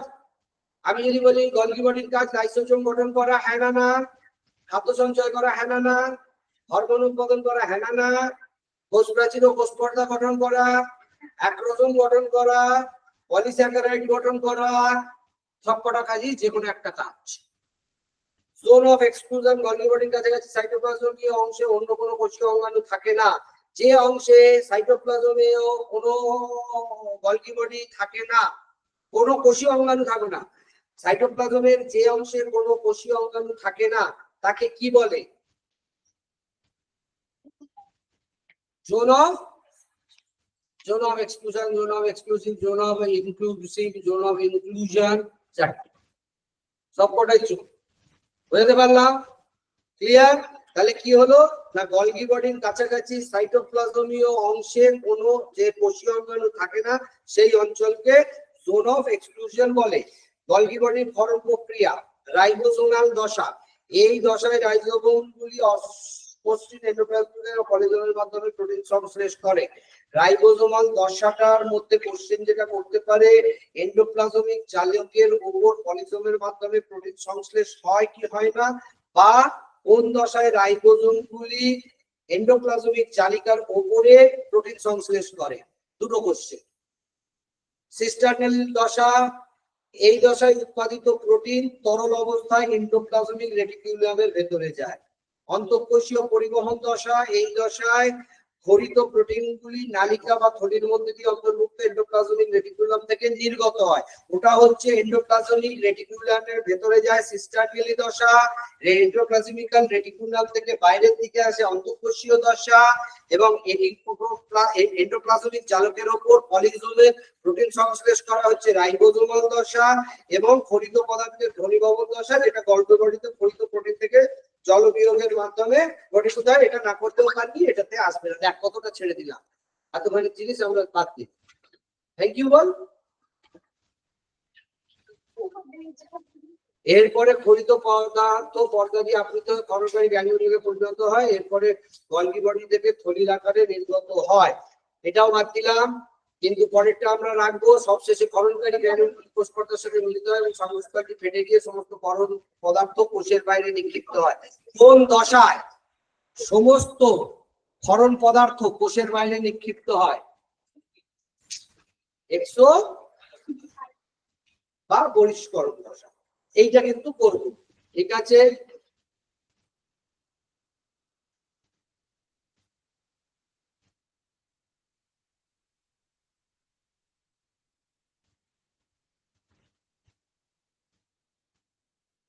এন্ডোপ্লাজমিক রেটিকুলাম কি আরিয়া রাইবোসোমের সাহায্যে প্রোটিন সংশ্লেষ করে? আর পাবি না প্রোটিন সংশ্লেষে গলগি বডি অংশগ্রহণ করে না। মসৃণ endoplasmic reticulum lipid, steroid, phospholipid ইত্যাদি সংশ্লেষে সহায়তা করে। তাহলে এন্ডোপ্লাজমিক রেটিকুলামে কারা সংশ্লেষে সহায়তা করে? ফসফোলিপিড করে। বাস হয়ে গেল এখান থেকে। এরপরে জিইআরএল তন্ত্রতে যাই নাকি না? চলো। গলগি বডি, এন্ডোপ্লাজমিক রেটিকুলাম এবং লাইসোসোম নিয়ে তৈরি যে তন্ত্র একত্রে কোষের ক্ষরণকাজে অংশ নেয় তাদের একসঙ্গে জিইআরএল তন্ত্র বলে। জিইআরএল তন্ত্রের চারটি অংশ কি কি তাহলে? গলগি বডির জি, এন্ডোপ্লাজমিক রেটিকুলামের ইআর, লাইসোসোমের এল। বোঝা গেল? জিইআরএল হয়ে গেল।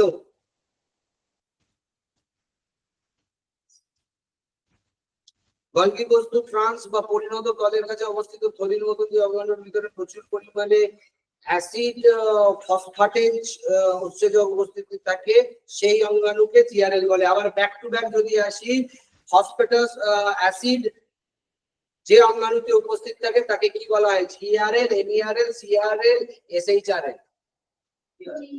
জিআরএল কাকে বলা হয় তাহলে? কোথায় জিআরএল কাকে বলা হয়? তো ওটা তো হলো ওর ফুল ফর্ম। জিআরএল এর ফুল ফর্ম বলছে। আমি বললাম তাহলে জিআরএল কাকে বলা হয়? যেখানে ফসফেটিক অ্যাসিড থাকে সেখানটাকে তো জিআরএল বলা হয়। খুঁজে পাসনি? খুঁজে দেবো? পেয়েছিস খুঁজে? তাই তো। ফসফেটিক, যেখানে ফসফেটিকের এ আছে অ্যাসিড, সেই ফসফেটিক অ্যাসিড যেখানে থাকে সেখানটাকে কি বলা হয়? সেই অঙ্গাণুটাকে কি বলা হয়? বলে থাকবে তো না ভুলে যাবে?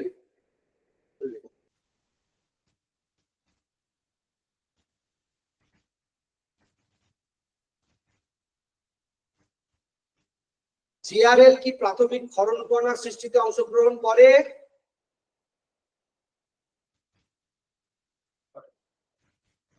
ট্রান্স রেটিকুলার গলগি কি প্রাথমিক ক্ষরণ কণার সৃষ্টিতে অংশগ্রহণ করে? তাহলে তিনটে কোশ্চেন এখান থেকে উঠলো। শুধু একটাই কোশ্চেন যে প্রাথমিক ক্ষরণ কণা সৃষ্টিতে অংশগ্রহণ করে কে? বুঝতে পারলাম। জিআরএল কি কি নিয়ে গঠিত? একটু আগে তো পড়ে এলি রে, বল। গলগি বস্তু এবং লাইসোসোম, দাগ দিয়ে দেওয়ার একবার ছাড়া যাবে না। জিআরএল এর এন্ডোপ্লাজমিক জালিকায় কি হয়? বাহ।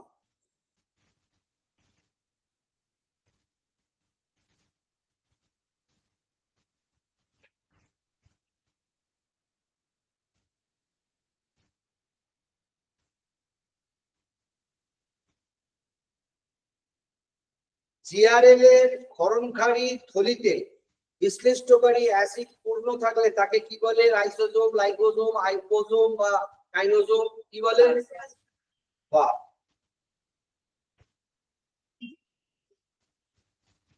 লাইসোসোম উৎপাদনে কে সহায়তা করে?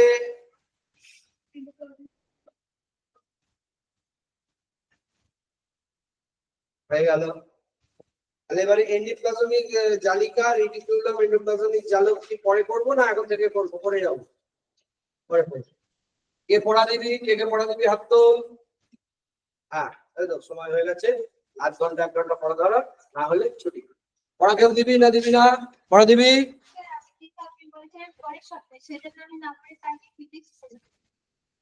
কি বলেছি? কি বলেছি? সপ্তাহ মানে পরের দিনই হয়। সপ্তাহ মানে আবার কি মঙ্গলবার শুধু মঙ্গলবারের বার ব্রত করবো নাকি? যে শুধু মঙ্গলবার পড়া ধরবো? তাহলে মঙ্গলবার পড়া ধরবো। মঙ্গলবার যদি পড়া ধরি তাহলে কতটা পড়া ধরবো? আজকে পর্যন্ত ফুলটা ধরবো নাকি? মঙ্গলবার পড়া ধরলে হিসেব হচ্ছে যদি আজকে পড়া দিতে কোন অব্দি পড়া করতে হতো, আজকে দিয়ে দিলে কোন অব্দি করতে হতো? মঙ্গলবার পর্যন্ত।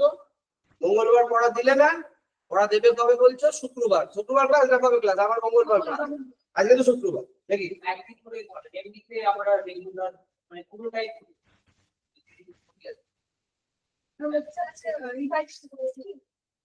না। তাহলে একটা কাজ, এটা হচ্ছে আমি ক্লাসে আসবো, পড়া ধরবো না, আমার হবে না। তোরা না দিলে আমার কিছু বলার নেই, সেটা হচ্ছে দাঁড়া কর। আমি বলি শোন, মঙ্গলবার দিন পড়াবে বায়োলজি, আর শুক্রবার দিন করে ফিজিক্সের অঙ্ক করতে দেবো, এসে করে দেবো। ঠিক আছে, ঠিক আছে, ঠিক আছে। তাহলে দিদি ফিজিক্সের অঙ্ক আমি যেগুলো করে এসেছি যেগুলো তুই করে এসেছিস আমি সেগুলো থেকে দেবো, মানে তুই আমাকে চয়েস দিবি, তার মধ্যে থেকে আমি দেবো। কোনো গল্প হবে না, গল্প হবে যদি দেবে তো চ্যাপ্টার ধরে আমায় বলো, আমি চ্যাপ্টার নেবো, যেটা ইচ্ছা সেটা দেবো। কোশ্চেন ও বেছে দেবে, আমি তার মধ্যে থেকে প্রয়োজনীয় ছেলে খেলা হচ্ছে।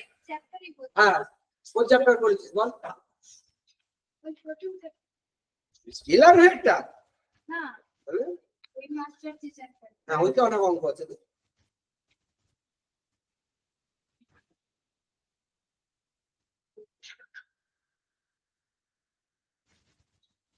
তোকে সলিউশন দিয়েছিলাম না হার্ড কপি?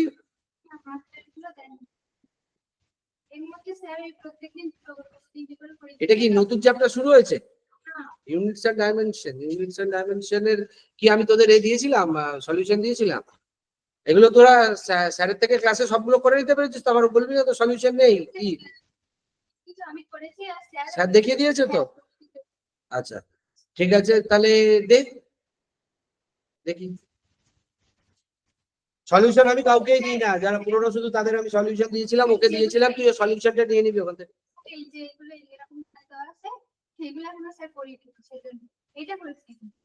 কি আমি দেখে দেখে বাদ দে, বাদ দে, ও অত হবে না। কবে কমপ্লিট হবে বলবি, সেদিন আমি বুঝতে পারলাম। গল্প শেষ, তোরা কেউ দিবি।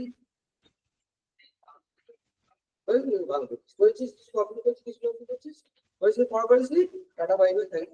তাহলে কথা রইলো, মঙ্গলবার থেকে বায়োলজি পড়া দিবি।